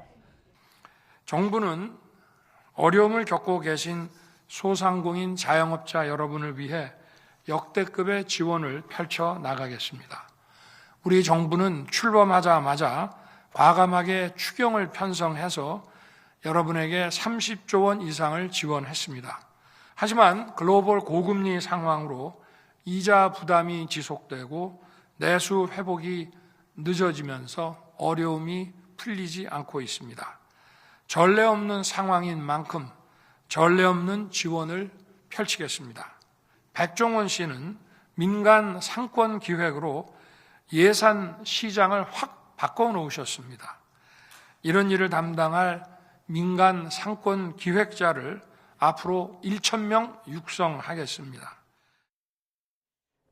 네, 상인들을 만난 자리에서 나를 믿어달라. 윤 대통령이 이제 아낌없는 지원을 하겠다고 밝혔습니다. 어제는 내수 살리기 위한 특단의 대책이 필요하다. 참모진들에게 이런 얘기를 하기도 했는데 그만큼 지금 경제가 어렵다는 걸 또 반증하는 거기도 하겠죠. 윤석열 정부 후반기의 목표가 피부에 와닿는 경기 개선이 될 것 같습니다. 전반기에는 국제적인 무역 수지라든가 수출 회복, 또 외교 관계 정상화 등 좀 거시적인 국면에 초점이 맞춰져 있었다면 이제 후반기에는 좀 미시적인 부분들, 이 작은 어떤 시장의 경기부터 시작해서 구석구석 와닿을 수 있는 것들, 경제를 신경 쓰겠다는 대통령의 의지가 느껴지는 대목인데요. 아울러 이런 시장 현장 행보 저는 더 많이 가서 상인들의 생생한 목소리 자주 들으시면 좋겠고요. 지금 우리가 3개월째 물가 상승률은 1%대로 좀 안정적으로 물가 관리는 성공을 하고 있거든요. 그런데 아무래도 이 현장에 돈이 돌지 않는다라는 아우성들이 제가 지역 상가나 이런 데를 다녀봐도 많이 듣게 되는 것 같아요. 물가 상승을 억제하는 부분은 잘한 점이라면 조금 소비 진작을 어떻게 할 것인가 이 부분에 대한 정부 차원의 고민과 대책이 더 많이 나오면 좋겠습니다. 상인들을 위해서 약속한 대책들 하려면 결국은 또 예산안 문제 얘기가 나올 수밖에 없는데 그러기 위해서는 또 야당과의 또 협치도 해야 되는 거 아니냐 이런 지적도 같이 나오는 것 같습니다. 야당과의 협치도 협치지만요. 지금 야당이 복지나 민생, 경제와 별로 관련이 없는 예산을 깎았다고 해가지고 확장 재정을 강조하고서 왜 깎냐 이렇게 얘기하잖아요. 그건 말도 안 되는 소리입니다. 정부가 예산을 편성해 올 때부터 확장 재정을 복지 분야와 경제 분야를 확장해 왔어야죠. 특히나 지금 좀 전에 물가 얘기 장희찬 최고께서 해주셨잖아요. 물가가 안정이 됐다는 건 뭐냐면 그 증가 폭이 어느 정도 줄었다는 의미입니다. 그리고 과거엔 이미 올라올 만큼 굉장히 많이 올라와 있는 상황이에요. 그래서 올라와 있는 상황에서 그 폭이 안정화가 됐다고 해서 문제가 없는 게 아니에요. 그러면 그동안 올라와 있는 이 갭을 어떻게 메울 거죠? 그렇기 때문에 확장 재정을 통해서 이전 소득을 좀 지원을 해서 복지 정책을 강화하든가 아니면 민생 경제에 돈을 좀 더 풀어가지고 효과적인 사업이 일어나고 경제가 잘 굴러갈 수 있게 만들던가 이걸 해야 되는 거예요. 근데 어떻게 해오셨나요? 그동안 건전재정만 강조해 오셨잖아요. 그게 문제가 지금 된 겁니다. 실제로 현장을 어제처럼 자주 가보셨다면 과거에도 그러지 않으셨을 거라고 저는 생각하는데 이제라도 가시기 시작한 건 천만다행이라고 생각이 들고요. 앞으로 현장을 많이 다니시면서 과거에 잘못한 지금 경제가 이렇게 망가지게 한 원인이 무엇인지를 반성하면서 바로잡아 주셨으면 좋겠다 이런 바람을 말씀드립니다. 네. 전국 소식 여기까지 줄이겠습니다. 지금까지 장해찬 전 국민의힘 최고위원, 김상일 시사평론가 두 분이었습니다. 고맙습니다.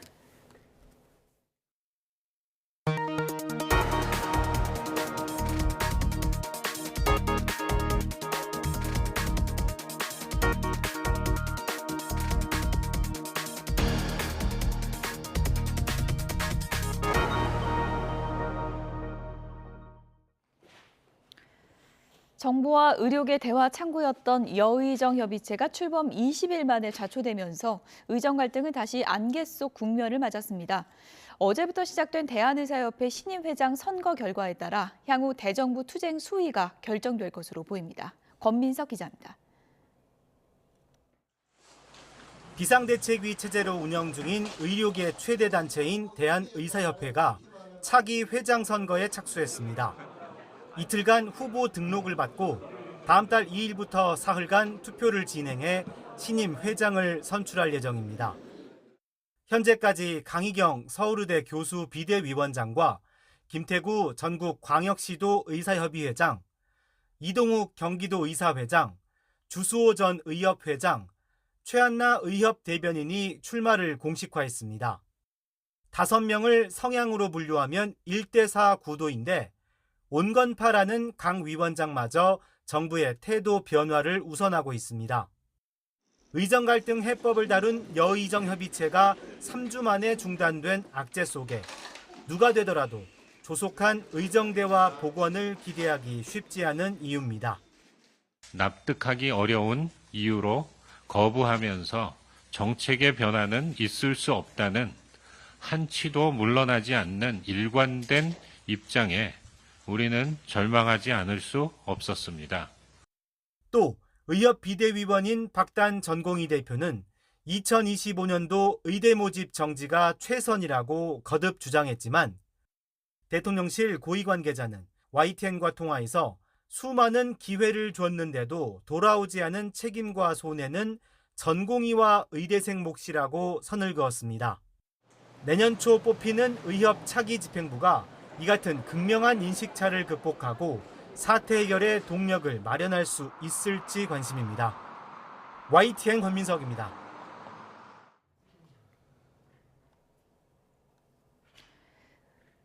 의사들의 온라인 익명 커뮤니티에서 의료 현장을 지키는 의사들에 대한 신상털이와 비난이 이어지자 정부가 경찰에 수사를 의뢰했습니다.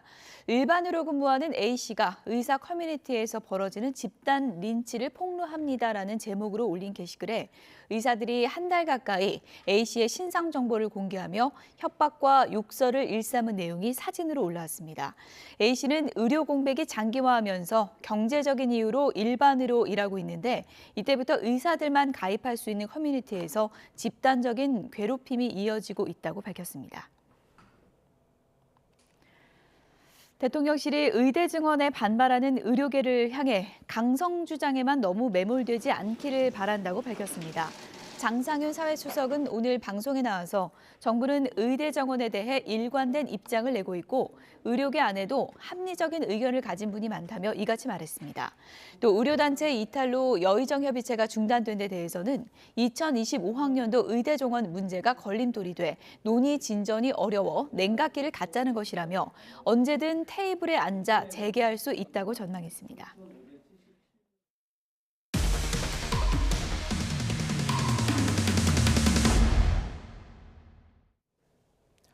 의정 갈등이 장기화하고 있는 가운데 모야모야병으로 투병을 하다 뇌출혈로 쓰러진 16살 학생이 응급치료가 지연되며 끝내 숨진 것으로 YTN 취재 결과 확인됐습니다. 해당 학생은 응급실을 찾아 헤매다 6시간 만에 겨우 첫 수술을 받았고 일주일 만에 목숨을 잃었습니다. 정현우 기자입니다. 지난달 15일 새벽 수원 주택가 골목으로 구급차가 들어옵니다. 구급대원들이 황급히 움직이고 잠시 뒤 출발합니다. 뇌혈관이 좁아지거나 막히는 모야모야병을 앓던 16살 A군이 뇌출혈로 쓰러진 겁니다. 머리 아파 이러고 그게 마지막이었거든요. 그래서 조금만 기다리라고 하고서 계속 정신 차리라고 하고. 구급차에 올라탄 뒤 구급대원들은 급히 아이를 치료할 병원을 찾기 시작했습니다. 당시 이곳 골목 일대에서 16살 A군을 태운 구급차는 한동안 움직이지 않았습니다.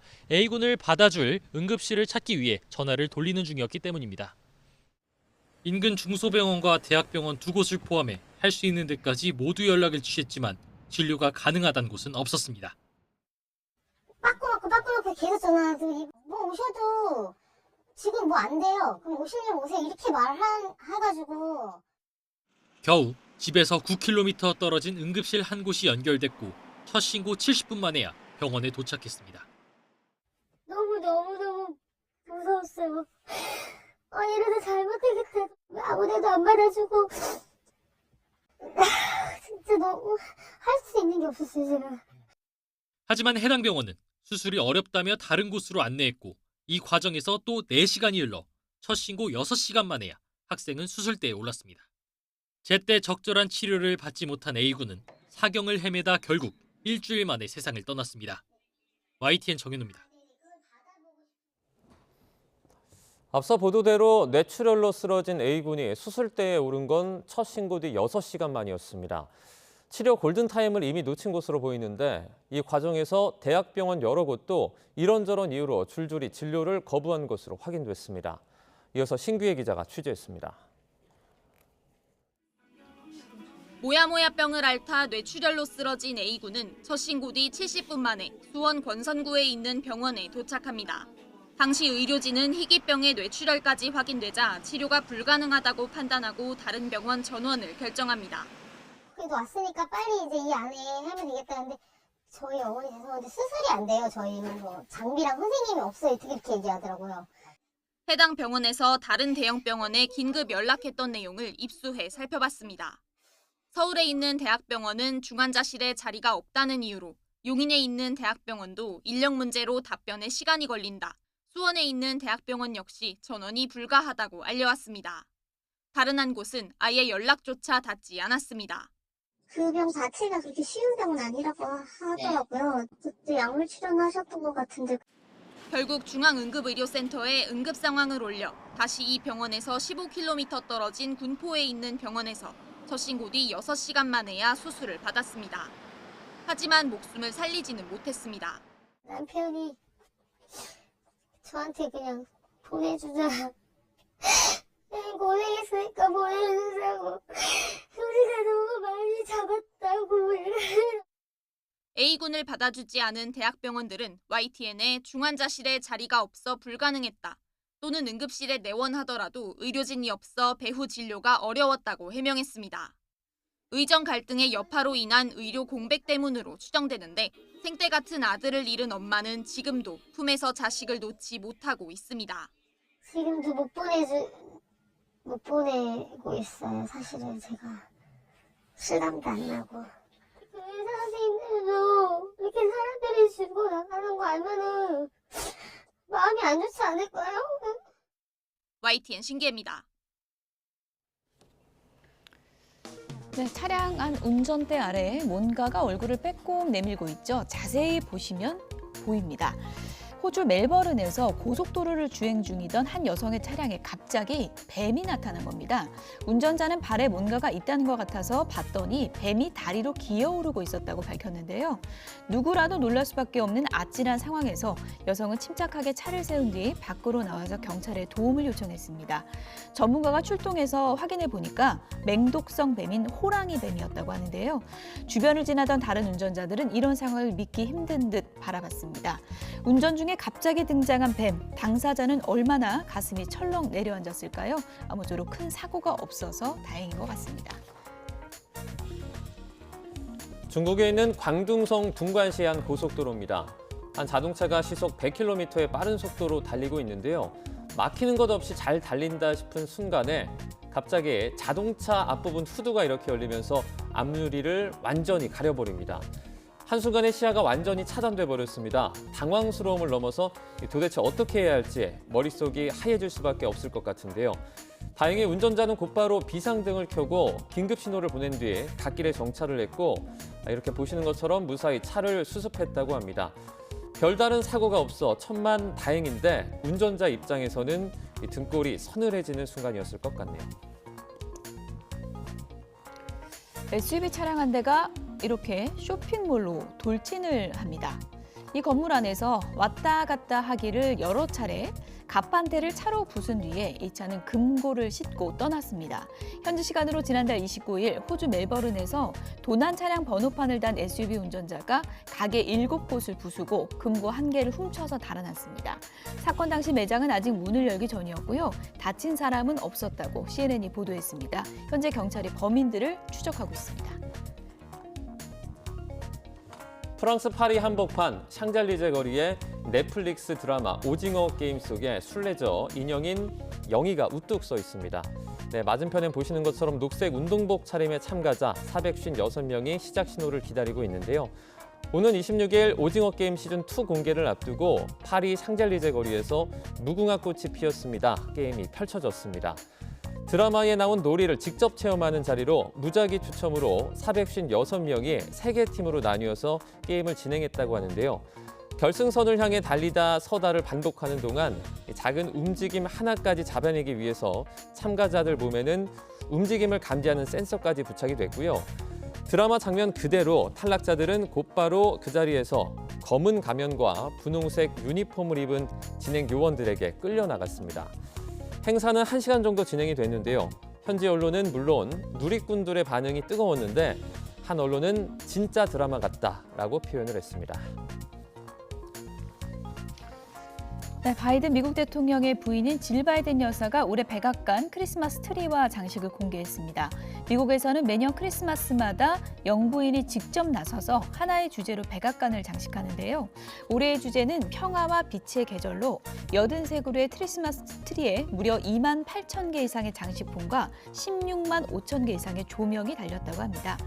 올해는 조 바이든 대통령 부부가 백악관에서 보내는 마지막 크리스마스이기도 한데요. 바이든 부부에게는 오래도록 기억에 남을 크리스마스가 될 것 같습니다.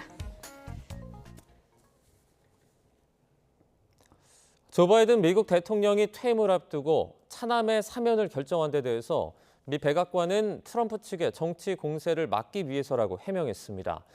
하지만 트럼프 당선인이 취임 이후에 사법권을 남용할 경우 이를 막을 명분이 약해졌다는 비판이 나오고 있습니다. 워싱턴에서 홍상희 특파원입니다.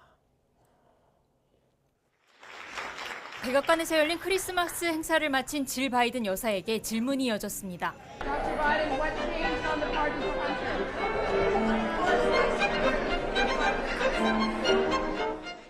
퇴임을 한 달여 앞두고 발표한 사면에 내로남불이라는 비판이 잇따르고 있지만 앙골라 순방길에 오른 바이든 대통령의 추가 입장은 나오지 않았습니다. 다만 백악관 브리핑은 기내 브리핑에서 정적들의 정치 공세를 막기 위한 결정이었다고 해명했습니다.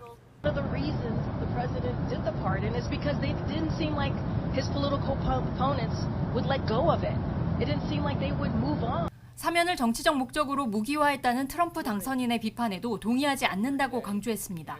오는 12일과 16일로 예정돼 있었던 헌터 바이든에 대한 형량 선고 역시 조건 없는 사면 단행으로 취소될 것으로 보입니다.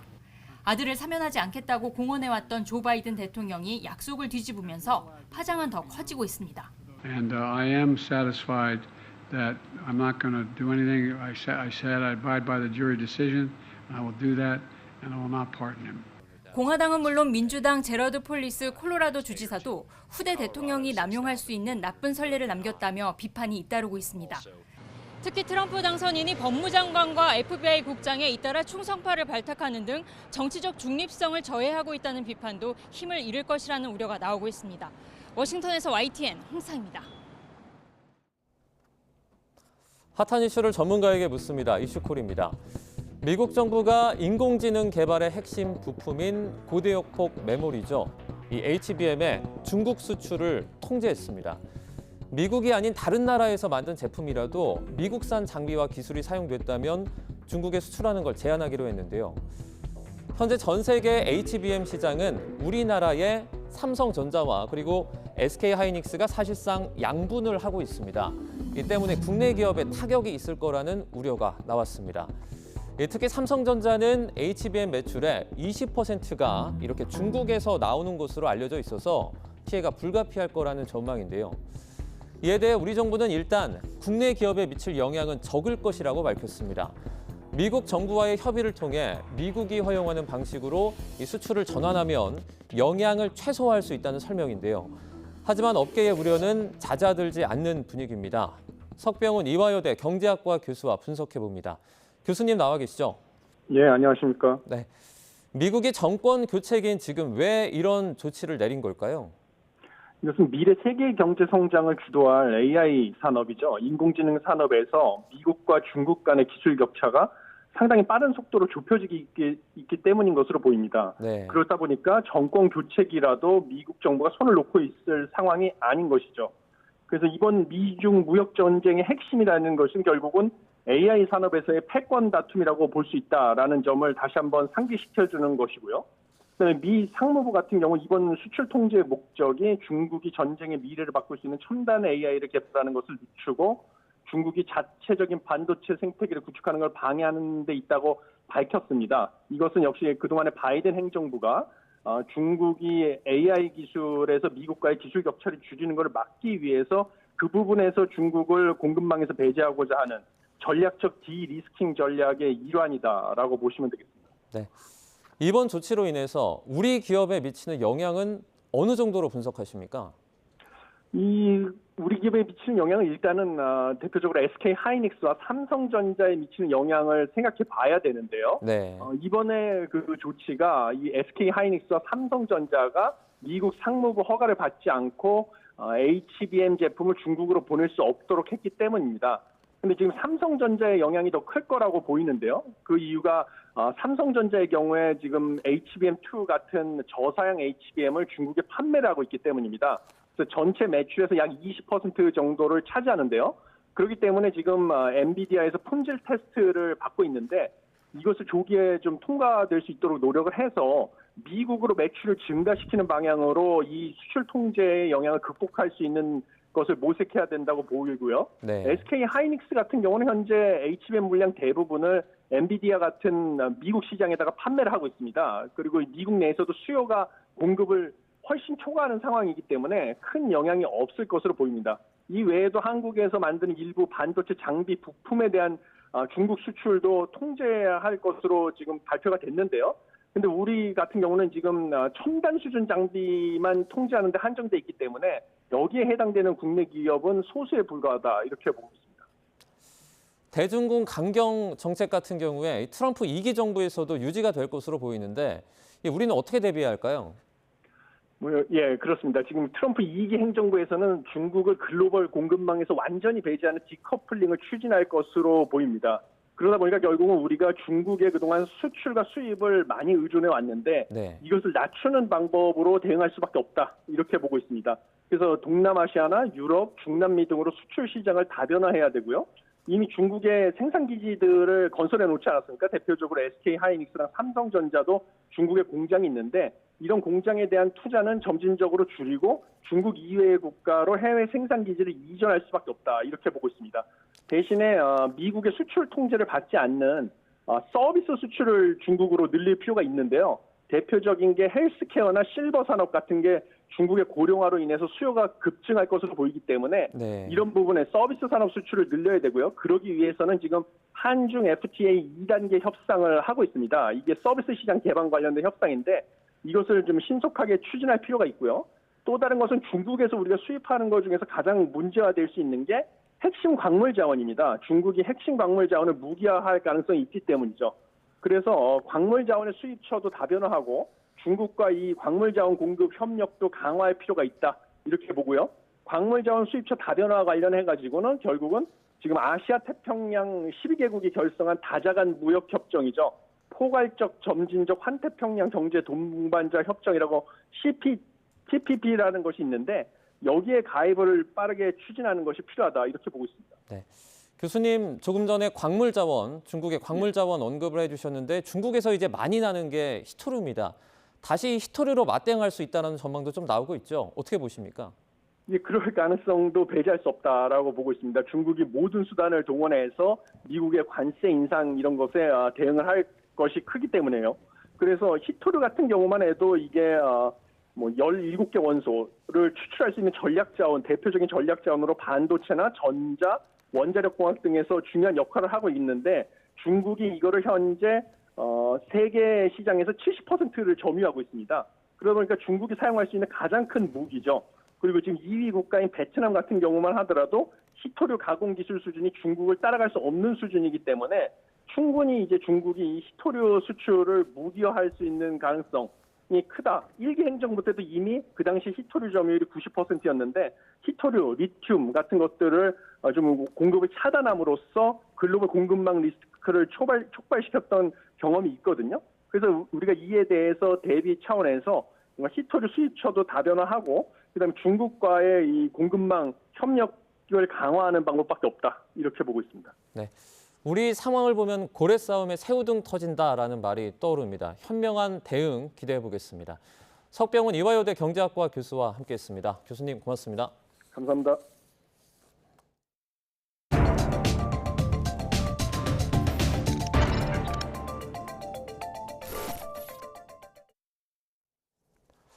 최근 비트코인 등 가상자산 시장에 막대한 돈이 몰리는 가운데 YTN은 가상자산 투자의 실태와 대책을 짚어보는 코인 열풍의 민낯 연속 보도 이어가고 있습니다.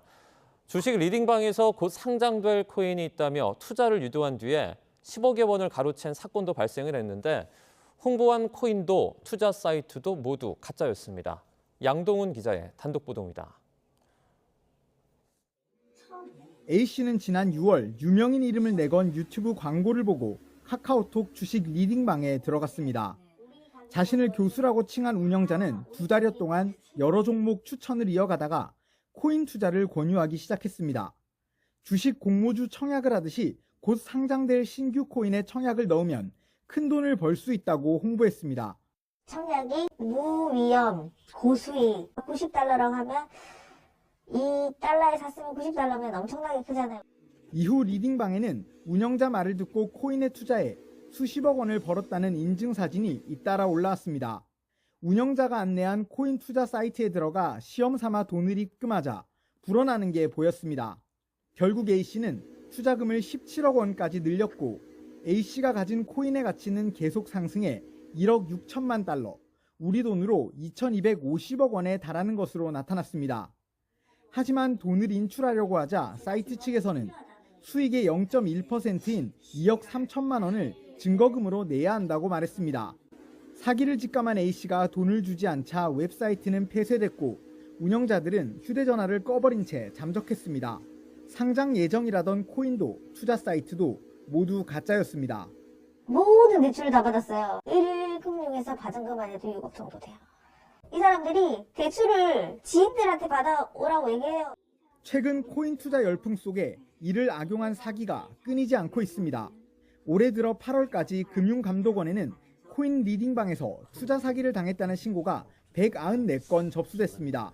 홈페이지 이런 거는 범인들이 얼마든지 조작할 수 있습니다. 오픈 채팅방에서도 수익 난 부분에 대해서 보여주는 것도요.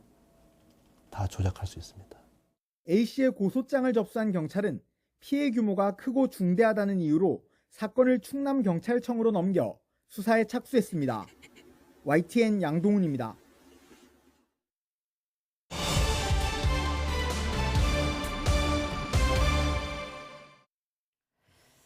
동덕여대 갈등 사태가 해법을 찾지를 못하고 있습니다. 경찰이 남녀공학 전환 반대 시위를 벌인 동덕여대 학생 19명을 특정해서 수사에 들어갔습니다.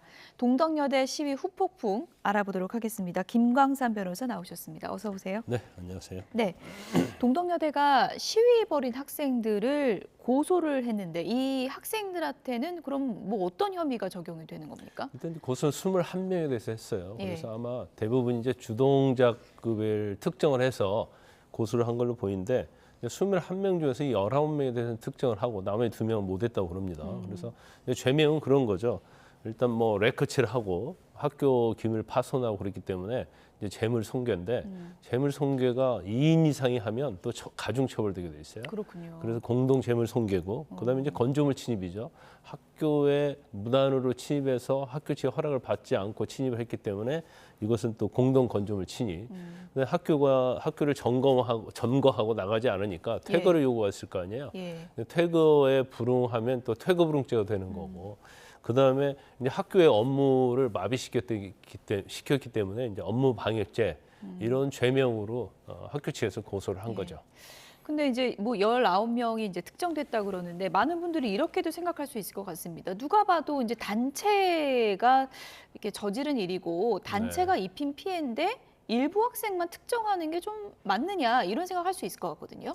근데 아마 학교 측에서도 아마 점거하고 시위할 때 그걸 잘못 카메라로 촬영을 한다랄지 여러 가지 증거를 확보를 했을 겁니다. 그래서 가장 주동적인 사람하고 그다음에 이제 가담도 상당히 적극적이었던 사람을 특정했을 가능성이 크죠. 그래서 이걸 그냥 있는 게 아니고 아마 CCTV랄지 아니면 이제 동영상 촬영을 해놓을 가능성이 크다. 그래서 이걸 증거로 제출해야죠. 이제 그렇지 않으면 이제 단체로 와서 점검하고 레카치를 하면 특정할 수 없으면 사실 무조건 그 시위에 참가한 모든 사람에 대해서 뭐 손해배상 청구를 한다랄지 아니면 형사 고소는 할 수 없는 거거든요. 그래서 이미 학교 측에서 시위가 시작됐을 때부터 아마 고소랄지 민사소송을 대비해서 증거를 좀 확보했을 가능성이 크다. 저는 그렇게 봅니다. 그럼 총 학생의 측이 아니라 19명을 특정해서 했기 때문에 추후에 뭐 손해배상 같은 건 어떻게 되는 건가요? 일단 이제 중요한 것은 지금 고소를 한 것 자체는 형사 사건이에요. 그렇죠. 그래서 이제 죄가 있는지 없는지를 이제 경찰에서 가려서 검찰에 송치를 할 거고요. 이제 두 번째로는 이제 민사상 손해배상 청구할 수 있는 거죠. 그래서 민사로도 갈 가능성이 높아 보이시나요? 제가 볼 때는 물론 형사적으로 처벌하는 것도 중요하지만 이제 학교 측 입장에서는 엄청나게 손해를 입었다고 생각하기 때문에 저 레커치를 한다랄지 학교 기밀이 파손되고 이런 것들에 대해서 금액이 제가 볼 때는 뭐 작은 금액이 아닌 것 같아요. 지금 뭐 50억 넘는다, 100억 그렇죠. 가까이 된다 이런 얘기도 뭐 나오고 학교 측에서 한 있습니다. 54억 현재까지 그리고 저걸 뭐 수리하고 그다음에 레커치를 다 없애고 하는 업체 측에서 한 100억 정도 든다 이런 얘기를 하고 있기 때문에 네. 뭐 50억에서 한 100억 정도 들 수도 있는 사안이거든요. 그러면 이 금액 자체를 예. 사실 이제 학교에서 부담할 수 없는 것이고 학교는 학생이 불법 행위를 했다고 생각하기 때문에 이제 학생들을 상대로 손해배상을 청구할 가능성이 높고 아마 학교 측에서 손해배상 청구하겠다고 예. 이미 공언을 한 상태입니다. 근데 뭐 금액 자체가 얼핏 보기만 해도 학생들이 부담하기에는 너무 많은 금액 같기도 한데요. 이건 어떻게 해야 거의 될까요? 뭐 금액 자체로는 학생들이 부담하기에는 불가능한 예. 사안이죠. 더군다나 이제 학생이 뭐 돈이 있겠어요. 더군다나 그러니까요. 이제 학생은 성인이기 때문에 네. 사실은 미성년자인 경우에는 뭐 특별한 경우에는 부모가 책임이 있거든요. 그런데 학생이고 성인이잖아요. 예. 그러니까 이제 학생들이 만약 소송에서 지게 되면 예. 이것을 물어줄 수밖에 없는 사안인데 이제 본인 명으로 재산이 있다거나 그럴 가능성도 별로 없을 거예요. 그러니까요. 그러면 동등여대 측에서 소송에서 이긴다 할지라도 예. 학생들을 통해서 뭐 패소한 학생들을 통해서 손해를 보전할 수 있는 금액은 아주 미비할 것이다 이렇게 보거든요. 예. 그러면 결과적으로 학교가 가입하고 있는 보험 네. 뭐 이런 걸 통해서 예. 이제 보전을 받을 수밖에 없고 또 보전을 받는다 하더라도 막 이렇게 보전을 받으면 그 보험회사에서 또 학생들 상대로 구상권을 청구해요. 예. 그러니까 이 사건 자체가 이제 상당히 법적으로 굉장히 이제 어려운 상황으로 가고 있다 이렇게 볼 수 있어요. 예. 어쨌든 지금 뭐 청소하는 비용 그리고 뭐 시설물 뭐 파괴된 부분을 또 다시 복구하는 비용 이런 비용이 이제 산정이 된 것 같은데 학교 측에서는 뭐 이번 일로 대학 위상도 나락으로 추락했다 이렇게 이제 호소를 하고 있는 그런 상황인데 일종의 이런 민사에서 뭐 명예 실추라든지 뭐 학교의 위상이라든지 이런 부분까지도 뭐 청구할 수 있는 건가요? 어떻게 보십니까? 그건 뭐 쉽지 않아요. 일단 일반적으로 학교 유상이 추락됐다 이런 것도 이제 명예훼손과 관련된 건데 명예훼손은 이제 사람에 대한 명예 감정에 대한 훼손이기 때문에 유자료 형식으로 청구할 수 있거든요. 예. 유자료라는 것은 이제 사람이 청구할 수 있는 거고 경우에 따라서는 뭐 이게 과연 학교의 어떤 신용 훼손이랄지 이제 그런 거에 관련이 있다고 한다면 예. 뭐 일종의 그걸 손해액을 산정을 할 수 있는데 그 손해액 산정이 또 쉽지 않거든요. 그러면 학교의 추락, 이미지 추락 이런 것 자체는 금액으로 또 환산할 수 없는 부분이 있기 때문에 아마 이제 전체적인 손해 본 거에 대한 뭐 학교 뭐 기물이 파손되랄지 뭐 점거하는 과정에서 뭐 재물이 손괴됐다랄지 예. 이런 물리적 손해에 한정될 가능성이 크다 이렇게 봅니다. 네, 학교 측에서 지금 뭐 본관 점거 학생들 지금 퇴거할 수 있도록 해달라 가처분 신청도 냈잖아요. 이건 네네. 어떻게 될 것 같으세요? 제가 볼 때는 일단 재판부에서 이 점거 자체가 불법이냐 아니냐를 따질 것 같아요. 그리고 이 점거 자체가 이제 과도하다고 본다면 예. 뭐 재판부에서 퇴거하는 가처분을 할 가능성이 크겠죠. 근데 제가 볼 때는 뭐 법원에서는 아마 학교 측의 손을 들어줄 가능성이 좀 크지 않나 싶습니다. 예.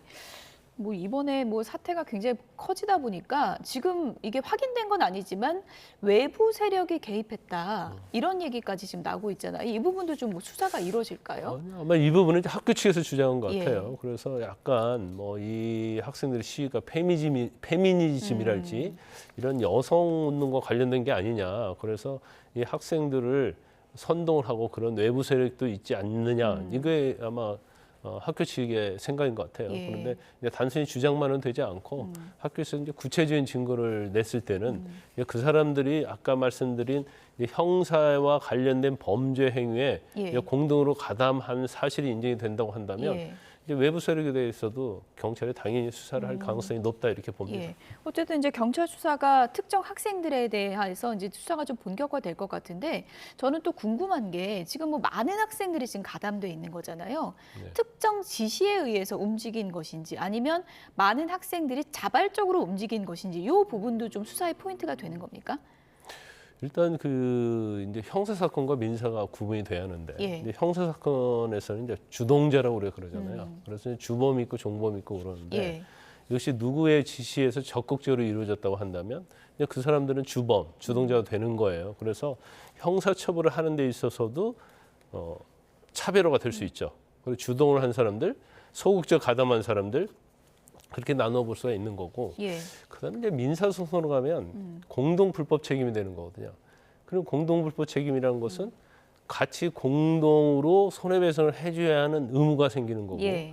이걸 이제 법적으로 따지면 이제 부진적 연대첨이라고 하는데 그러면 같이 공동으로 물어줘야 하기 때문에 행위를 뭐 적극적으로 하고 선동했다고 해서 많이 물어주고 뭐 소극적으로 가담했다고 해서 뭐 적게 물어주고 그런 사안이 아니에요. 그렇군요. 그러니까 민사 형사는 다르죠. 예. 형사는 같이 공범이 된다 하더라도 어떤 본인의 어떤 범죄 행위에 따라서 처벌에 달라지는데 민사는 이제 공동불법 행위 책임이 되면 공동으로 이것을 손해배상을 해줘야 하는 그런 상황이 생길 수 있는 거예요. 그러면 경우에 따라서는 특히 이제 민사 사안 같은 경우에는 나는 별로 그렇게 적극적으로 가담하지 않고 소극적으로 휩쓸려서 뭐 레커치를 좀 약간 했다랄지 아니면 뭐 동상을 손괴했다랄지 이제 그런다 할지라도 조금이라도 가담했다고 한다면 이제 공동 책임이 될 가능성이 높다 이렇게 볼 수 있습니다. 네, 어쨌든 뭐 학교 측에 대한 학생들의 오랜 불신 때문에 일어난 거 아니냐 이런 또 지적의 목소리도 나오고 있는데요. 이제 법적으로 이제 넘어가게 되긴 했지만 좀 빨리 학교 측과 학생들의 소통이 이루어지는 게 가장 중요한 그런 해결 방법이 아닌가 그런 생각이 듭니다. 명태균 씨 얘기를 좀 잠깐 해봐야 될 것 같은데 공천 개입 의혹의 핵심 인물 명태균 씨, 김영선 전 의원 오늘 이제 기소할 것으로 이제 보이는데요. 네. 혐의가 일단은 정치자금법 위반 혐의인 거죠? 그렇죠. 이제 둘이 공범이기 때문에 원래 이제 명태균 씨 같은 경우는 아마 기소할 수 있는 시간이 한 이틀 정도 더 남았을 거예요. 그러니까 구속 만기가 이제 그럼에도 불구하고 같이 공범의 관계가 있기 때문에 구속을 했다 이렇게 기소를 오늘 한다고 이렇게 볼 수 있고요. 일단 내용은 이제 정치자금법 위반입니다. 22년 보궐선거 당시에 김영선 전 의원의 공천을 돕는 대가로 한 7,600만 원 수수했다는 거고요. 그리고 22년 6월에 지방선거가 있었는데 그때도 지방 예비 후보들로부터 뭐 도와주겠다 해서 2명으로부터 1억 2천만 원씩 이제 받았다는 내용이 이제 정치자금법 위반으로 일단은 검찰에서 기소를 할 걸로 보입니다. 예, 명태균 씨가 윤 대통령하고 뭐 통화를 했다면 그 내역이 남아 있을 것으로 추정되는 휴대폰, 이른바 뭐 황금폰으로도 불리는데 명태균 씨 측에서 이 황금폰이 있다면 국민에 공개하겠다 이렇게 밝혔거든요. 어떤 의도일까요? 그러니까 원래 이제 이 황금폰의 내용이 예. 이제 공천의 개입, 뭐 어떻게 뭐 대통령이 개입했느냐랄지 아니면 뭐 국민의힘 내부의 공관위원장이랄지 이런 사람과 관계된 게 있다고 한다면 이건 사실 이제 검찰에 제출을 해야겠죠. 검찰이 그걸 가지고 이제 수사를 해야 하는데 이제 본인 입장에는 검찰에 제출했을 때 그것은 자기에게 불리한 증거로 쓸 수밖에 없는 거고. 그러면 이걸 뭔가 정치적으로 한번 해보겠다는 생각을 하고 있는 것 같아요. 예. 그러면 밖에 뭐 국민에게 뭐 황금폰을 공개한다랄지 아니면 뭐 민주당에 공개를 한다랄지 제출을 한다랄지 이제 그러면 이게 또 정치적으로 일파만파 될 수 있거든요. 그래서 본인은 무엇을 노릴 것인가를 지금 고민을 하고 있다. 저는 그렇게 봐요. 이게 일반에 그냥 공개할 뿐이면 이건 증거로 되는 게 아닌 건가요? 아니 일반에 이제 법정에서? 공개한다 예. 하더라도 그 예. 내용 자체를 이제 검찰에서 예. 증거로 쓸 수 있는 부분이 있죠. 그렇군요. 예를 들어서 이제 녹취록을 공개를 했어요. 예. 어느 뭐 유튜브랄지 어느 사이트 통해서 그러면 그 내용의 녹취가 이제 뭐 이게 거짓말로 뭐 만들어 조작을 했다거나 그렇지 않다고 한다면 예. 실제로 그 목소리가 맞고 그러한 통화 내용이 있었다고 한다면 그것도 검찰이 확보해서 증거로 쓸 수 있죠. 그렇지만 공개되는 내용은 한정적이거든요. 그래서 검찰이 범죄와 관련된 부분을 선별적으로 가려낼 수는 없겠죠. 예. 그래서 저 이야기 자체는 외부에 알려서 특히 지금 황금폰이랄지 아니면 본인의 범죄 혐의는 지금 예. 여권과 관련된 거거든요. 그럼 여권과 관련되지 않는 측에 줘서 자기의 어떤 보호막으로 쓰겠다는 것 같은데 제가 볼 때는 저것도 잘못하고 있는 것 같아요. 그러니까 예. 보호막이 아니고 오히려 자신의 죄를 더욱 키우는 그런 증거들 가능성이 크다. 저는 그렇게 봅니다. 강혜경 씨 측에서는 지금 윤석열 대통령 부부의 휴대전화, 이 휴대전화에도 민주당에서는 이것도 굉장히 중요한 증거 아니냐 이렇게 또 주장을 하고 있는데 증거부조 신청을 한다고 하더라고요. 네. 이건 받아들여질 가능성이 아니, 높습니까? 무슨 자격으로 하는지 잘 모르겠어요. 근데 김혜경 씨가 만에 하나, 예, 강혜경 씨입니다. 강혜경 예. 씨가 피의자나 뭐 피고인의 상태라고 한다면 자신을 위해서 사실은 증거보전 청구를 할 수가 있죠. 예. 그런데 지금 검찰에서 피의자로 입건이 돼 있는지 어떤지 모르겠어요. 근데 피의자 입건이 됐다고 한다면 증거 보존이 가능한데 신청은 가능하죠. 예. 받아든지 여부와 다르게. 그렇지만 이제 강혜경 씨의 범죄 혐의하고 그다음에 대통령의 어떤 녹취하고 관련성이 과연 있느냐 이제 그런 게 문제가 될 수가 있고 예. 그다음에 두 번째는 제가 볼 때는 저것은 약간 정치적 행위라고 봐요. 그러니까 본인이 뭔가를 폭로를 하고 그것이 언론에 보도가 되고 검찰에서 일부 수사를 하고 근데 이것이 대통령과 관련성이 있어야지 예. 더 주목을 받을 수 있는 거 아니겠습니까? 그러다 보니까 이제 뭐 정치적인 어떤 의도를 가지고 증거보존 예. 신청을 했을 가능성이 크고 간략하게요. 저게 받아들여지면 뭐 어떻게 되는 거예요? 제출을 요청하는 겁니까? 그렇죠. 예. 그럼 이제 법원을 통해서 제출이 돼야 하는 건데 예. 뭐 그럴 가능성은 그렇게 많지 않다 이렇게 봅니다. 예. 어쨌든 오늘 중에 법정 기소할 것, 구속 기소할 것으로 보이는데요. 속보가 들어오는 대로 전해드리겠습니다. 지금까지 김광삼 변호사였습니다. 고맙습니다. 날씨가 추워지면서 김장 준비하는 분들 많으시죠? 지금 울산에서는 특별한 의미를 전달하는 김장 행사가 한창 열리고 있습니다. 현장에 YTN 이슈 리포터가 나가 있습니다. 이민재 리포터. 네, 울산 문수 야구장에 나와 있습니다. 네, 뒤로 김장 행사가 아주 크게 열리고 있는 것 같아요. 네, 그렇습니다. 제가 나와 있는 이곳에서는 김장 행사가 한창 열리고 있습니다. 그래서 이제 행사장 입구에서부터 새콤한 김치향까지 풍겨오고 있는데요. 이렇게 뒤로 보시는 것처럼 야구장이 거대한 김장터로 변신한 모습 확인하실 수 있습니다. 한국인의 겨울나기를 떠올린다면 김장을 빼놓을 수 없습니다. 올해 여름철 폭염으로 배추 가격이 일시적으로 상승했지만 이내 찾은 안정화로 12월 초까지 본격적인 김장철을 맞을 수 있을 것으로 보이는데요. 이러한 한국의 김장 문화는 지난 2013년에 유네스코 인류 무형무산으로 지정되면서 그 위상을 증명했습니다. 그 명성을 증명하기라도 하듯 행정안전부와 울산광역시가 주최하고 주관하는 2024 국민통합 김장 행사가 성대하게 막을 올렸습니다. 이번 행사는 자동차와 석유화학 등의 기업이 많은 기업 친화도시 울산에서 개최됐는데요. 전국 17개 시도 관계자와 자원봉사장들도 함께 참석해서 전국 각지에 온기를 전달할 예정입니다. 오늘 이 현장에서는 배추 6,000포기로 김치를 담글 건데요. 여기서 만들어진 6,000포기의 김치를 포함해서 총 32,000포기의 김치가 전국 시도를 비롯한 사회복지시설과 소외계층에게 전달될 예정입니다. 또 냉장고가 없던 시절 김치 맛을 지키는 수문장 역할을 하는 김장독도 만나볼 수 있는데요. 울산의 김장독을 보면서 전통 온기의 멋과 맛을 느껴볼 수 있는 시간도 마련됐습니다. 네, 김장철도 다가오면서 겨울나기 나서는 분들 많으실 텐데요. 마음만큼은 따뜻한 겨울 보내시기 바랍니다. 지금까지 울산 문수야구장에서 YTN 이민재입니다. 오늘은 날이 다시 추워졌습니다. 한낮에도 찬바람이 강한데요. 밤사이에 서쪽을 중심으로는 비도 내리겠습니다. 현장 연결해서 날씨 알아봅니다. 이혜미 캐스터. 네, 연남동에 나와 있습니다. 하루 만에 공기가 굉장히 차가워졌죠? 네, 그렇습니다. 밤사이 강한 한기가 내려오면서 기온이 뚝 떨어졌습니다. 오늘 아침 서울의 체감온도는 영하 7도에 달했는데요. 한낮이 된 지금도 체감온도가 1도에 머물고 있습니다. 오늘은 종일 찬바람이 불 것으로 보이는 만큼 외출하실 때 보온에 신경 쓰셔야겠습니다. 자세한 낮 기온부터 보겠습니다. 오늘 한낮에 서울이 4도 등 중부지방은 5도 안팎에 머물겠고요. 광주와 대구는 8도가 되면서 체감온도는 기온보다 3도 정도 낮겠습니다. 현재 전국적으로 구름이 다소 지나는 가운데 중부지방과 제주도는 날이 점차 흐려지겠습니다. 밤사이 인천과 경기 남부, 영서 남부와 충청, 전북과 경북 내륙에는 약한 비나 눈이 내리겠고요.